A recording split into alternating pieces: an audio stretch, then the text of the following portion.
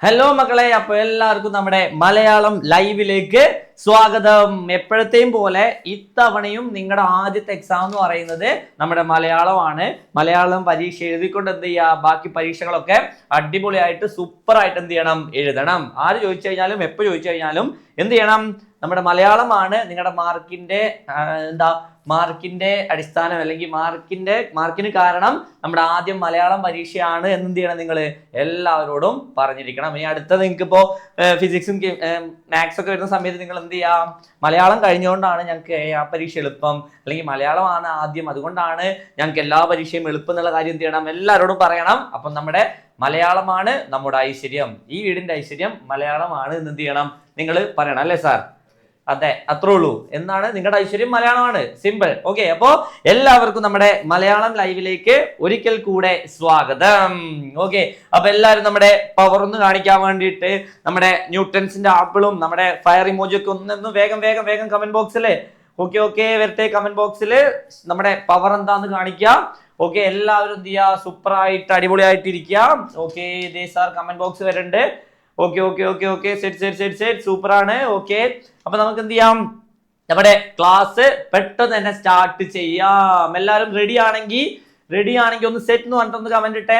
Set എന്ന് പറഞ്ഞിട്ടൊന്ന് അടിപൊളിയായിട്ട്. Okay sir, എനിക്ക് തോന്നുന്നത് ഏറ്റവും പവർഫുൾ ആയിട്ടുള്ള ആൾക്കാർ എന്ന് പറയുന്നത് 7th കുട്ടികളാന്ന് തോന്നുന്നു, അല്ലേ?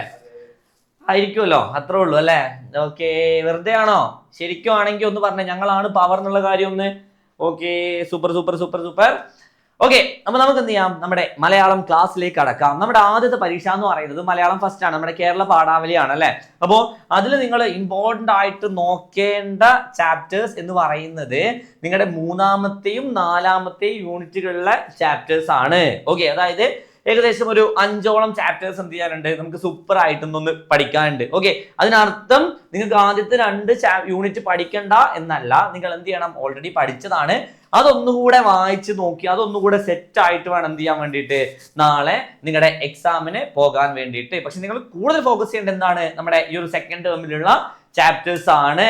ഓക്കെ, നമുക്കറിയാം നമ്മുടെ കാവ്യ നർത്തകിയിൽ ആരംഭിച്ച് നമ്മുടെ എവിടെ അവസാനിക്കുന്ന ചിത്രശലഭങ്ങളിൽ അവസാനിക്കുന്ന നമ്മുടെ ചാപ്റ്ററുകൾ, പാഠഭാഗങ്ങൾ, ആ ഒരു പാഠഭാഗങ്ങളാണ് എന്ത് ചെയ്യുന്നത്, നമ്മൾ ഇന്ന് സൂപ്പർ ആയിട്ട് പറയാൻ വേണ്ടി പോകുന്നത്. ചില ആളുകളോട് ഇപ്പോ ചാപ്റ്റേഴ്സ് ഒക്കെ മറന്നു പോയ കുറെ ആളുകൾ ഉണ്ടാവും, അല്ലെ? പഠിച്ച കാര്യങ്ങള് അല്ലെങ്കിൽ ക്ലാസ് എടുത്ത് കുറച്ച് നാളായി, കുറച്ച് മാസങ്ങളായി, അപ്പൊ കുറെ കാര്യങ്ങൾ മറന്നു പോയിണ്ടാവും, കുറച്ച് കാര്യങ്ങൾ ഒന്നുകൂടെ ഓർമ്മിച്ചെടുക്കാനുണ്ടാവും, അതിൽ ക്വസ്റ്റ്യൻസ് നോക്കാനുണ്ടാവും, അല്ലെ? അപ്പോ ആ ഒരു കാര്യമാണ് എന്ത് ചെയ്യുന്നത്, നമ്മൾ ഇന്നത്തെ ലൈവിൽ നമ്മൾ ചെയ്യാൻ വേണ്ടി പോകുന്നത്. ഓക്കെ, അതായത് നമ്മൾ എന്ത് ചെയ്യും, നമ്മുടെ ഓരോ ചാപ്റ്ററിന്റെ ആശയങ്ങളും ഒന്ന് വേഗത്തിൽ, ഭയങ്കര ഡീറ്റെയിൽ ആയിട്ടല്ല, ഒന്ന് വേഗത്തിൽ എന്ത് ചെയ്യും, നമ്മൾ ഒന്ന് പറഞ്ഞു പോകും. അതോടൊപ്പം തന്നെ നമ്മുടെ പ്രധാനപ്പെട്ട ചോദ്യങ്ങൾ എന്ത് ചെയ്യുന്നുണ്ട്, നമ്മൾ ഡിസ്കസ് ചെയ്തുകൊണ്ടാണ് ഇന്നത്തെ ലൈവ് നമ്മൾ കൊണ്ടുപോകാൻ തീരുമാനിച്ചിട്ടുള്ളത്. അപ്പൊ എല്ലാവരും പവറായിട്ട് ശക്തി കാണിച്ചുകൊണ്ട് എന്ത് ചെയ്യുക, നമ്മുടെ കമന്റ് ബോക്സ് എപ്പോഴും ഓൺ ആക്കിക്കൊണ്ട് നിർത്താം. ഓക്കെ, നമുക്ക് എന്ത് ചെയ്യാം, നമ്മുടെ ആദ്യത്തെ ചാപ്റ്ററിലേക്ക് കടക്കാം.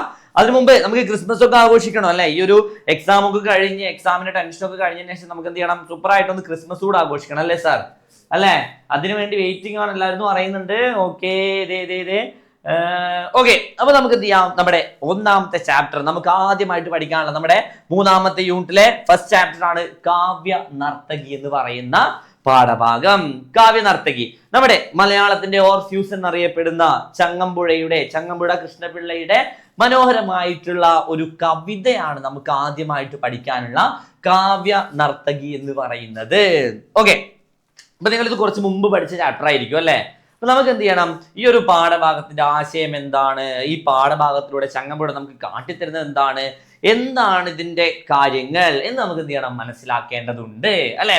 നിങ്ങൾക്ക് വായിക്കുമ്പോൾ കുറച്ച് ബുദ്ധിമുട്ടായിട്ടൊക്കെ തോന്നും, പക്ഷേ ഒന്നുമില്ല, സിമ്പിൾ ആയിട്ട് നമ്മൾ എന്ത് ചെയ്താൽ മതി, ഈ കാര്യങ്ങൾ ഓർത്താൽ മതി. എല്ലാം സിമ്പിൾ ആയിട്ട് ഓർത്ത് കഴിഞ്ഞാൽ എല്ലാം കൂൾ സാധനങ്ങളായിരിക്കും. ഓക്കെ, അപ്പൊ ഇവിടെ നമുക്കറിയാം, ഇവിടെ ചങ്ങമ്പുഴ തന്റെ നമ്മുടെ മലയാള കവിതയെ ഓർത്തു വെക്കണേ, മലയാള കവിതയെ ഒരു നർത്തകിയോട് ഉപമിച്ചുകൊണ്ടാണ് എന്ത് ചെയ്യുന്നത്, ഇവിടെ ഈ ഒരു പാഠഭാഗം അവതരിപ്പിക്കുന്നത്. നമുക്കറിയാം, ഒരു നർത്തകി, ഒരു നൃത്തം ചെയ്യാൻ വരുന്ന ഒരു പെൺകുട്ടിയുടെ വസ്ത്രധാരണം എങ്ങനെയായിരിക്കും എന്നുള്ള കാര്യം നമുക്ക് എന്ത് ചെയ്യാം, അറിയാം, അല്ലെ? ഒരുപാട് ആഭരണങ്ങളൊക്കെ അണിഞ്ഞ് നല്ല പുഞ്ചിരിയോടുകൂടെ, അല്ലെ, നല്ല രീതിയിൽ വസ്ത്രങ്ങളൊക്കെ അണിഞ്ഞ് വളരെയധികം സുന്ദരിയായിട്ടായിരിക്കും ഒരു നർത്തകി എന്ത് ചെയ്യുക, നമ്മുടെ ഒരു പരിപാടി അവതരിപ്പിക്കാൻ വേണ്ടിയിട്ട് വേദിയിലേക്ക് കടന്നു വരിക അല്ലെ. അപ്പൊ അങ്ങനെ ആഭരണങ്ങളൊക്കെ അണിഞ്ഞ ഒരു സുന്ദരിയായിട്ട് മനോഹരമായ ഒരു പെൺകുട്ടിയായിട്ട് എന്ത് ചെയ്യാണ് ചങ്ങമ്പുഴ ഈ ഒരു കവിതയിൽ നമ്മുടെ മലയാള കവിതയെ അവതരിപ്പിക്കുകയാണ് എന്നുള്ള കാര്യം നിങ്ങൾ എന്ത് ചെയ്യുക, ഓർത്ത് വെക്കുക. നിങ്ങൾക്കിപ്പോ സാർ നമ്മുടെ നാഗവല്ലി അറിയാലോ, നാഗവല്ലി കണ്ടവരുണ്ടെങ്കിൽ നമ്മുടെ മണിച്ചിത്രത്താഴ് സിനിമയിലെ നാഗവല്ലിയുടെ നൃത്തം ഡാൻസ് ഒക്കെ കണ്ടിട്ടുള്ള ആളുകളൊന്ന് കമന്റ് ബോക്സിൽ പറഞ്ഞേ. ആരൊക്കെയാണ് മറ്റേ ഒരു മുറയിൽ വന്ന് പാർത്തായ അല്ലേ സാർ അല്ലെ, അത് കണ്ടിട്ടുള്ള ആളുകളൊന്ന് കമന്റ് ബോക്സിൽ പറയണം കേട്ടാ. ആ ഒരു സാധനം കണ്ട ആ ഒരു ഡാൻസ് കണ്ടിട്ടുള്ള ആളുകളൊന്ന് പറയാം. അപ്പൊ ആ ഒരു വസ്ത്രധാരണം നിങ്ങളുടെ മനസ്സിലേക്ക് ഓർമ്മിക്കുക. നാഗവല്ലിയുടെ അത്രയും ടെറർ അല്ല, കുറച്ചുകൂടെ ആ ഒരു സൗന്ദര്യമാണ് കേട്ടാ. ടെറർ നമ്മൾ നോക്കേണ്ട ആവശ്യമില്ല. ഓക്കെ, അപ്പൊ അങ്ങനെ മനോഹരമായിട്ട് നൃത്തം ചെയ്യാൻ വരുന്ന ഒരു പെൺകുട്ടിയോട് നമ്മുടെ മലയാള കവിതയെ ഉപമിക്കുകയാണ് ചങ്ങമ്പുഴ ഇവിടെ ചെയ്യുന്നത്. അതെന്ത് ചെയ്യുക, നിങ്ങൾ ആദ്യം ഒന്ന് ഓർത്ത് വെക്കുക. നോക്കി എങ്ങനെയാ പറയുന്നത്, ആ ഒരു ഇതേ നമ്മുടെ നാഗവല്ലിയുടെ പോലത്തെ ഒരു ചിത്രമൊക്കെ ഇവിടെ കൊടുത്തിട്ടുണ്ട്. അപ്പൊ ഓർത്ത് വെക്കുക. അപ്പൊ നോക്കി എങ്ങനെയാ, കനകച്ചിലങ്ക കിലുങ്ങി കിലുങ്ങി, കാഞ്ചന കാഞ്ചി കുലുങ്ങി കുലുങ്ങി. ഇതേ പറയാണ്, കവിതയിലേക്ക് നമുക്ക് കടക്കാം. നോക്കി എങ്ങനെയാ പറയുന്നത്, കനകച്ചിലങ്ക അല്ലെ, സ്വർണത്തിന്റെ ചിലങ്ക കിലുങ്ങി കിലുങ്ങി. ആ ഒരു ചിലങ്കയുടെ കിലുക്കം മലയാള കവിതയാണ് കേട്ടോ അവതരിപ്പിക്കുന്നത്. നമ്മുടെ മലയാള കാവ്യലോകത്തെ അല്ലെങ്കിൽ മലയാള കവിതകളെയാണ് എന്ത് ചെയ്യുന്നത്, ഇവിടെ ഒരു നർത്തകിയോട് എന്ത് ചെയ്യുന്നത് കവി ഉപമിക്കുന്നത് എന്നുള്ള കാര്യം എന്ത് ചെയ്യണം, ഓർത്ത് വെക്കണം കേട്ടോ. അപ്പൊ നോക്കിയേ, കനകച്ചിലങ്ക കിലുങ്ങി കിലുങ്ങി. എങ്ങനെയാ, സ്വർണത്തിന്റെ ചിലങ്ക ആ ഒരു നർത്തകി വരുന്ന സമയത്ത് നമുക്കറിയാം ചിലങ്കയുടെ ആ ഒരു ശബ്ദം, ആ ഒരു കിലുക്കം. പിന്നെ കാഞ്ചന കാഞ്ചി, കാഞ്ചി എന്ന് പറഞ്ഞു കഴിഞ്ഞാൽ നമ്മുടെ അരഞ്ഞാണോ ആണ്, സ്വർണത്തിന്റെ അരഞ്ഞാണം, അതിന്റെ ആ ഒരു ശബ്ദം അത് കുലുങ്ങി കുലുങ്ങി അല്ലെ. കനകച്ചിലങ്ക കുലുങ്ങി കിലുങ്ങി കിലുങ്ങി, കാഞ്ചന കാഞ്ചി കുലുങ്ങി കുലുങ്ങി അല്ലെ. അപ്പോ ഒരു നർത്തകി എന്ത് ചെയ്യാണ്, നമ്മുടെ കവിയുടെ മുന്നിലേക്ക് നടന്നു വരികയാണ്. ആരാണത്, നമ്മുടെ മലയാള കവിത അല്ലെ. അപ്പൊ എങ്ങനെയാ വരുന്നേ, ആ ഒരു വരവില് ഈ ഒരു ചിലങ്കയുടെ ശബ്ദവും കാഞ്ചി അരഞ്ഞാണത്തിന്റെ കുലുക്കവും ഒക്കെ എന്ത് ചെയ്യുന്നുണ്ട്, കവിക്ക് അനുഭവപ്പെടുന്നുണ്ട്. പിന്നെന്താ പറയുന്നേ, കടമിഴി കോണുകളിൽ സ്വപ്നം മയങ്ങി അല്ലെ. ആ ഒരു കടമിഴി കണ്ണുകളിൽ സ്വപ്നം അല്ലെ, ഒരുപാട് സ്വപ്നം എന്ത് ചെയ്യുന്നുണ്ട്, ഇങ്ങനെ മാഞ്ഞ് കിടക്കുന്നുണ്ട് അല്ലെങ്കിൽ തെളിഞ്ഞു നിൽക്കുന്നുണ്ട്. കടമിഴി കോണുകളിൽ സ്വപ്നം മയങ്ങി. പിന്നെയോ കതിരുതിർ പുഞ്ചിരി ചെഞ്ചുണ്ടിൽ തങ്ങി അല്ലെ.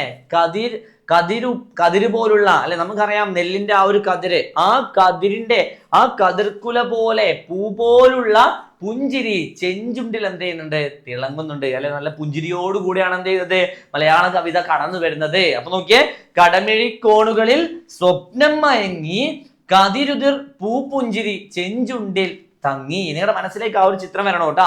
ഒരു നർത്തകി അല്ലെ, നമ്മുടെ മലയാള കവിത ഒരു നർത്തകിയുടെ രൂപം പൂണ്ടുകൊണ്ട് നമ്മുടെ കവിയുടെ മുന്നിലേക്ക് വരികയാണ് അല്ലെ.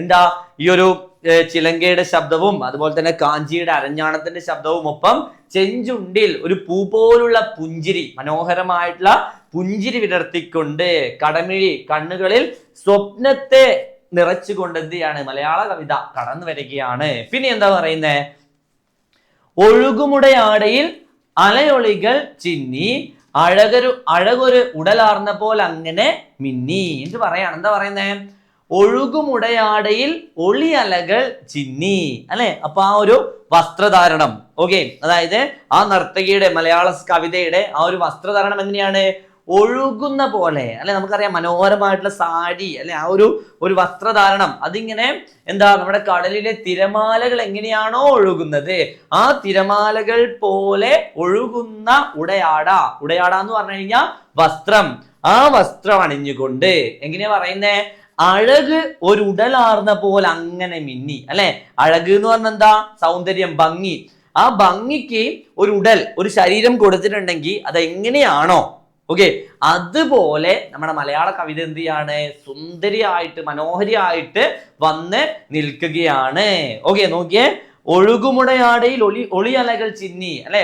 ആ ഒരു ഒളി, നമ്മുടെ കടലിലെ തിരമാലകൾ പോലുള്ള ആ ഒരു ഉടയാട വസ്ത്രത്തിൽ എന്ത് ചെയ്യുന്നുണ്ട്, വസ്ത്രം ഇങ്ങനെ മിന്നിത്തിളങ്ങുന്നുണ്ട്. അവിടെയോ എന്നിട്ട് കവി പറയാ, അഴകിന് ഭംഗിക്കൊരു രൂപമുണ്ടെങ്കിൽ അതാണ് എൻ്റെ മുന്നിൽ വന്നു നിൽക്കുന്ന നമ്മുടെ മലയാള കവിത എന്നെന്ത് ചെയ്യാണ്, കവി പറയുകയാണ്. ഓക്കെ ആണോ, മനസ്സിലാവുണ്ടെങ്കിൽ കമന്റ് ബോക്സിൽ, ഇതേ കമന്റ് ബോക്സിൽ നിങ്ങളുടെ ആ ഒരു പവറാണ് സാറിന്റെ പവർ കേട്ടോ.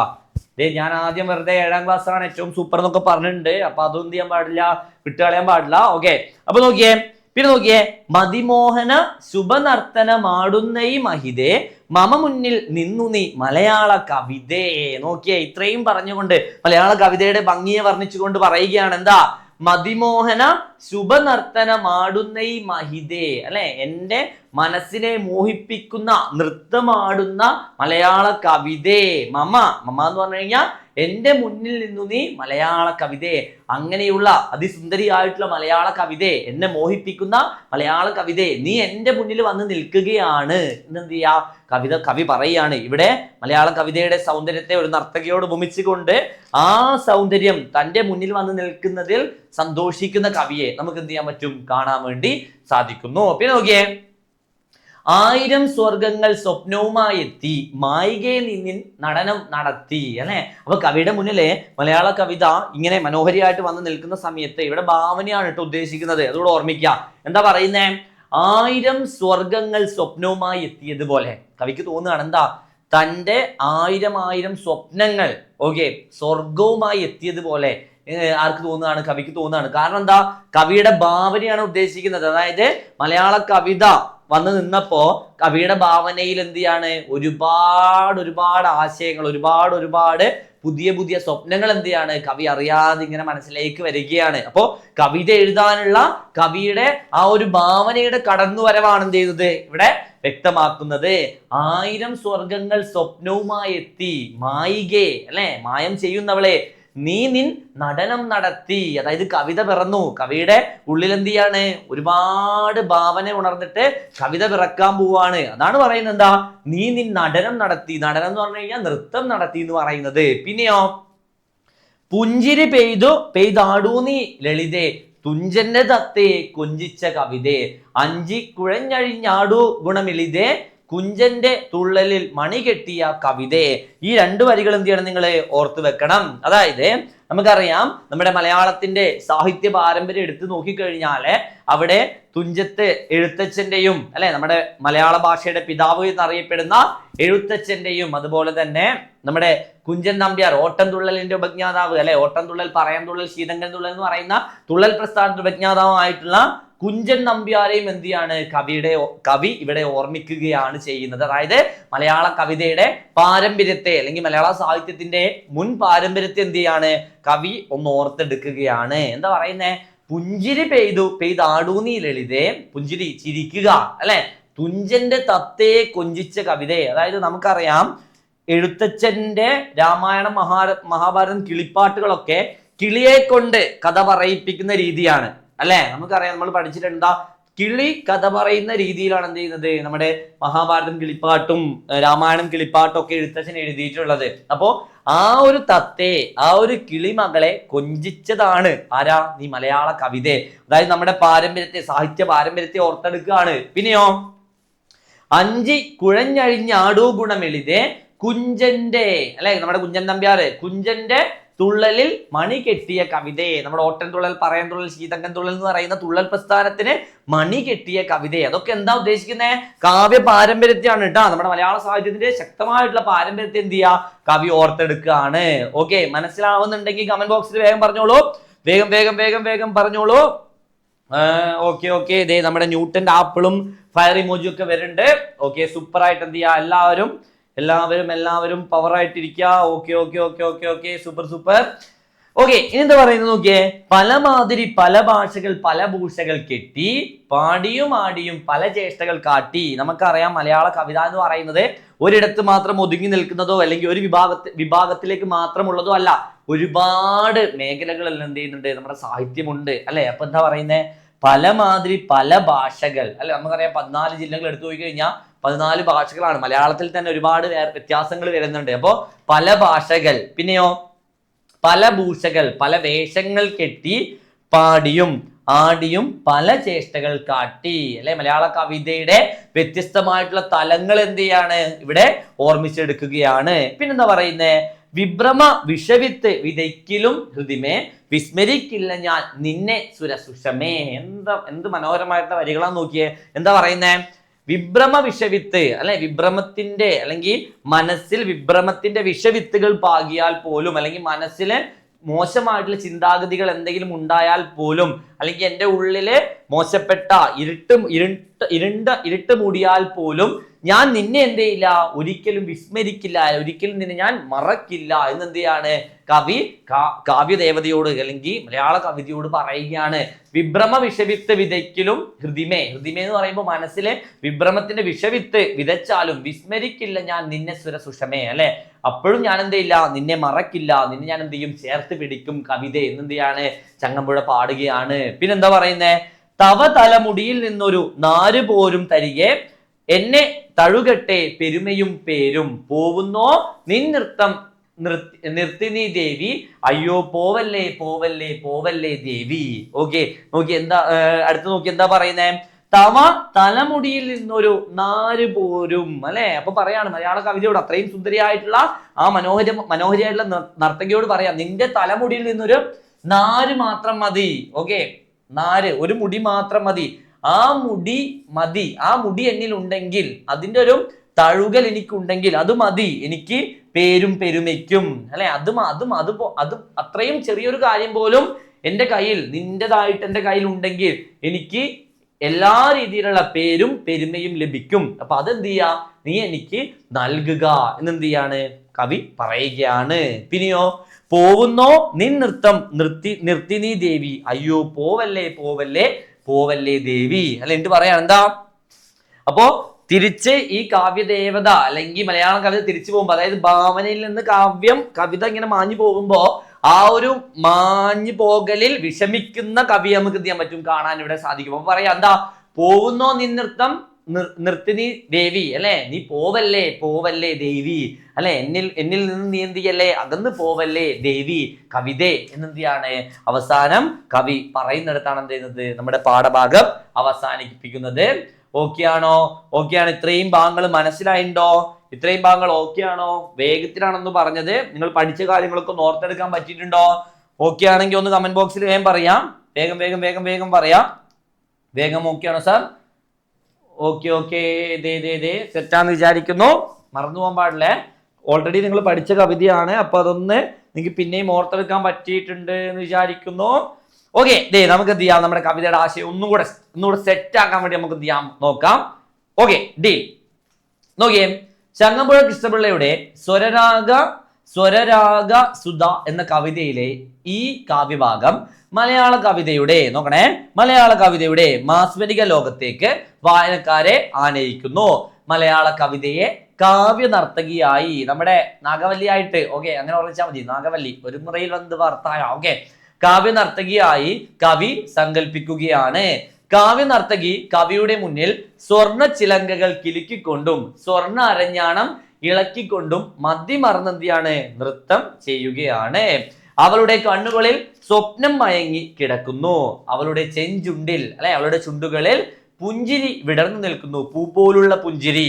താളത്തിൽ ഒഴുകുന്ന വസ്ത്രങ്ങളെയും സ്വർണ്ണാഭരണങ്ങളുടെയും ശോഭയിൽ സൗന്ദര്യമാർന്ന രൂപമായി മലയാള കവിത കവിയുടെ മുന്നിൽ നർത്തനമാടുകയാണ്, നൃത്തം ചെയ്യുകയാണ്. അവളുടെ സൗന്ദര്യവും കൃപയും കവിയുടെ ഹൃദയത്തിൽ സ്വർഗീയമായ ഒരു അനുഭൂതി സൃഷ്ടിക്കുന്നു. തന്റെ മുന്നിൽ മനോഹര നൃത്തം ചെയ്യുന്ന മലയാള കവിതയെ കവി ആദരവോടെ എന്തിയാണ് സ്തുതിക്കുകയാണ്. പിന്നെയോ മലയാള കവിത കവിയുടെ മനസ്സിൽ 1000 സ്വർഗങ്ങളുടെ സൗന്ദര്യവും ആനന്ദവും നിറയ്ക്കുകയാണ്. അത് സ്വപ്നതുല്യമായ ഒരു അനുഭൂതിയാണ്. കവിതയെ ഒരു മായിക നർത്തകിയായി എന്ത് ചെയ്യാണ് കവി ഉപമിക്കുന്നു. അതിന്റെ വാക്കുകളും താളവും ചേർന്ന് ഒരു മനോഹരമായ നൃത്തം എന്ത് ചെയ്യാണ് സൃഷ്ടിക്കുകയാണ്. ലാളിത്യത്തോടെ പുഞ്ചിരിയോടെ നീ നടനം തുടരുക. പിന്നെയോ തുഞ്ചത്തെഴുത്തച്ഛന്റെ തത്തയെ കൊഞ്ചിക്കുകയും കുഞ്ചൻ നമ്പ്യാരുടെ തുള്ളലിന് മണി കെട്ടുകയും ചെയ്ത മലയാള കവിതയോട് കവി വീണ്ടും അഞ്ചി കുഴഞ്ഞഴിഞ്ഞാടാൻ അപേക്ഷിക്കുകയാണ്. നമ്മുടെ മറ്റേ പാരമ്പര്യമാണ് കേട്ടോ ഓർമ്മിക്കുന്നത്, മലയാള സാഹിത്യത്തിന്റെ പാരമ്പര്യമാണ്. എഴുത്തച്ഛൻ, കുഞ്ചൻ നമ്പ്യാർ എന്നൊക്കെ പറയുന്ന നമ്മുടെ പ്രാചീന കവിത്രയങ്ങൾ അല്ലെ, പഴയകാല കവിത്രയങ്ങളെ ഓർത്തെടുത്തുകൊണ്ട് മലയാള പാരമ്പര്യത്തെ എന്തിയാണ് കവി ഇവിടെ കൊണ്ടുവരാണ് കേട്ടോ, ഓർമ്മിക്കാം. ഓക്കെ, പിന്നെന്താ പറയുന്നേ, മലയാള കവിതയുടെ വൈവിധ്യം, സൗന്ദര്യം, ലാളിത്യം. മലയാള കവിതയുടെ സൗന്ദര്യം, വൈവിധ്യം, ലാളിത്യം. താളാത്മകത എന്നിവയെല്ലാം കവി ഇവിടെ ആഘോഷമാക്കുകയാണ്. കാവ്യ നർത്തകിയെ പല ഭാഷകളിലും വേഷകളിലും പ്രത്യക്ഷപ്പെടുന്ന ഒരു ബഹുമുഖ പ്രതിഭയായി എന്ത് ചെയ്യാണ് കവി കാണുന്നു. അവളുടെ നൃത്തത്തിലെ വൈവിധ്യം അദ്ദേഹം വിസ്മയിച്ചു. വിഭ്രമമാകുന്ന വിഷവിത്ത് തന്റെ ഹൃദയത്തിൽ വിതച്ചാലും കാവ്യ നർത്തകിയെ ഒരിക്കലും മറക്കുകയില്ല എന്ന് കവി ഉറച്ച് പറയുന്നു. ഓക്കെ, പിന്നെയോ മലയാള കവിതയുടെ തലമുടിയിൽ നിന്നുള്ള ഒരു നാര് മാത്രം മതി തനിക്ക് പ്രശസ്തിയും പെരുമയും ഉണ്ടാകാൻ എന്ന് കവി പ്രതീക്ഷിക്കുന്നു. നൃത്തം നിർത്തിപ്പോകുന്നത് കവിക്ക് സഹിക്കാൻ കഴിയാത്തതിനാൽ നിലവിളിയോടുകൂടി കവി അയ്യോ പോകല്ലേ പോകല്ലേ ദേവി എന്ന് എന്ത് ചെയ്യാണ് അഭ്യർത്ഥിക്കുകയാണ്. ഓക്കെ, ഇപ്പൊ ഡബിൾ സെറ്റ് ആയിട്ടുണ്ടാവുമല്ലോ അല്ലെ? ഇപ്പൊ ഡബിൾ സെറ്റ് ആയിട്ടുണ്ടാവും എന്ന് വിചാരിക്കുന്നു. എല്ലാവരും ഓക്കെ ആണെങ്കിൽ തംസപ്പ് ചെയ്തേ. ഓക്കെ ആണെങ്കിൽ ഡീല് കാണിക്കുക, അല്ലെങ്കിൽ നോ ഡീൽ കാണിച്ചോളൂ കേട്ടോ. ഓക്കെ ആണെങ്കിൽ ഡീല് കാണിക്കുക, അല്ലെങ്കിൽ നോ ഡീൽ കാണിക്കുക. ഡീലാന്ന് പറയുന്നുണ്ട്. സാർ വെള്ളമുണ്ട് സാർ? ഓക്കെ, നമുക്ക് ഇനി എന്ത് ചെയ്യാം, ഇതിലെ ഇമ്പോർട്ടന്റ് ക്വസ്റ്റ്യൻസിലേക്ക് പോവാം. അതിനു മുമ്പ് എന്ത് ചെയ്യട്ടെ, സാർ ഇച്ചിരി വെള്ളം കുടിക്കട്ടെ.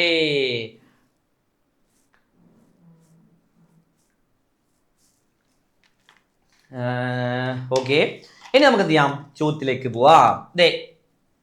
നമുക്ക് എന്ത് ചെയ്യാം, ചോദ്യത്തിലേക്ക് പോവാം. നിങ്ങൾ എന്ത് ചെയ്യണം, എല്ലാവരും ശ്രദ്ധിച്ചിരിക്കണം. ഇത്രയും നേരം ഇടുന്നത് പോലെ തന്നെ എന്ത് ചെയ്യാം, എല്ലാവരും സൂപ്പർ ആയിട്ടിരിക്കുക. നോക്കിയേ, മലയാള കവിതയുടെ പ്രത്യേകത എന്തൊക്കെയാണ്? സിമ്പിൾ അല്ലെ?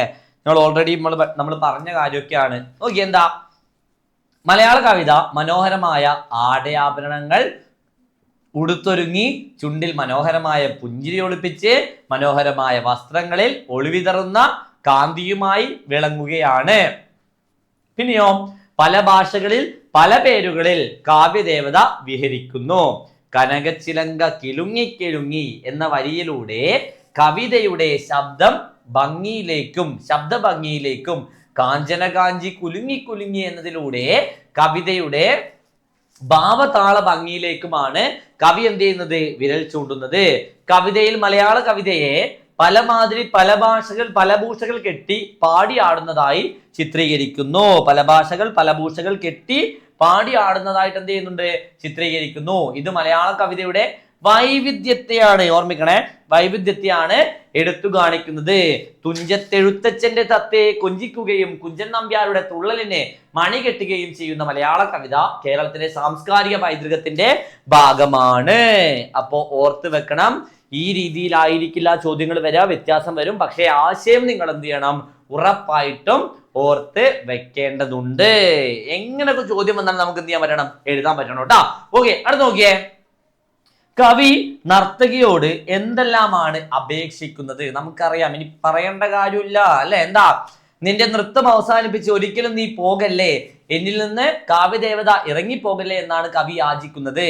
മലയാള കവിതയാകുന്ന നർത്തകിയുടെ, നോക്കണേ, മലയാള കവിതയാകുന്ന നർത്തകിയുടെ തലമുടിയിൽ നിന്നൊരു നാര് തരാൻ കവി അഭ്യർത്ഥിക്കുന്നു. നർത്തകിയുടെ തലമുടിയിൽ നിന്നുള്ള ഒരു നാരിന് പോലും തന്നെ അനുഗ്രഹിക്കാനും പ്രചോദിപ്പിക്കാനും കഴിയുമെന്ന് കവി വിശ്വസിക്കുന്നു. ഒടുവിൽ നർത്തകി തെറ്റിപ്പോയല്ലോ. എന്താ സാർ, നർത്തകി നൃത്തം അവസാനിപ്പിക്കാൻ വേണമെങ്കിൽ നിങ്ങൾ എല്ലാവരും കൂടെ എന്താ നൃത്തം ഇങ്ങനെയൊക്കെ പറഞ്ഞു കളിച്ചോളൂ കേട്ടാ. പറയാൻ പറ്റുമോ നോക്കാലോ നമുക്ക്. ഓക്കെ, അപ്പോ നർത്തകി നൃത്തം അവസാനിപ്പിക്കാൻ ഒരുങ്ങിയപ്പോൾ നൃത്തം തുടരാൻ കവി വീണ്ടും അപേക്ഷിക്കുകയാണ്. മലയാള കവിത നടനം നിർത്തി പോകുന്നത് സഹിക്കാൻ കഴിയാത്തതിനാൽ അയ്യോ പോകല്ലേ ദേവി എന്ന് എന്ത് ചെയ്യുന്നുണ്ട്, കവി അഭ്യർത്ഥിക്കുന്നു അല്ലെ? ഇതൊക്കെയാണ് എന്ത് ചെയ്യുന്നത്, കവി ഈ കാവ്യദേവതയോട് അല്ലെങ്കിൽ മലയാള കവിതയോട് എന്ത് ചെയ്യുന്നത്, അഭ്യർത്ഥിക്കുന്നത്. സിമ്പിൾ സാധനങ്ങളാണ്, ഓർത്ത് വെക്കണം. എങ്ങനെയൊക്കെ ചോദ്യം ചോദിച്ചു കഴിഞ്ഞാൽ നിങ്ങൾക്ക് എന്ത് ചെയ്യാൻ പറ്റണം, എഴുതാൻ സാധിക്കുമെന്ന് വിചാരിക്കുന്നു. ഓക്കെ ആണെങ്കിൽ നമ്മുടെ ശക്തി കാണിച്ചോളൂ. ഓക്കെ ആണെങ്കിൽ ഓക്കെ കമന്റ് ബോക്സിൽ ഇതേ വന്നിട്ടുണ്ട്. അമൽ സാർ എന്നൊക്കെ മെസ്സേജ് വന്നിട്ടുണ്ട്. ഓക്കെ സെറ്റ് ഹായ് പറയുന്നുണ്ട് കുറെ പേർ. ഹായ്. ഓക്കെ, അപ്പൊ നോക്കിയേ, കാവ്യ നർത്തകി എങ്ങനെയൊക്കെയാണ് നൃത്തം ചെയ്യുന്നത്? സിമ്പിൾ.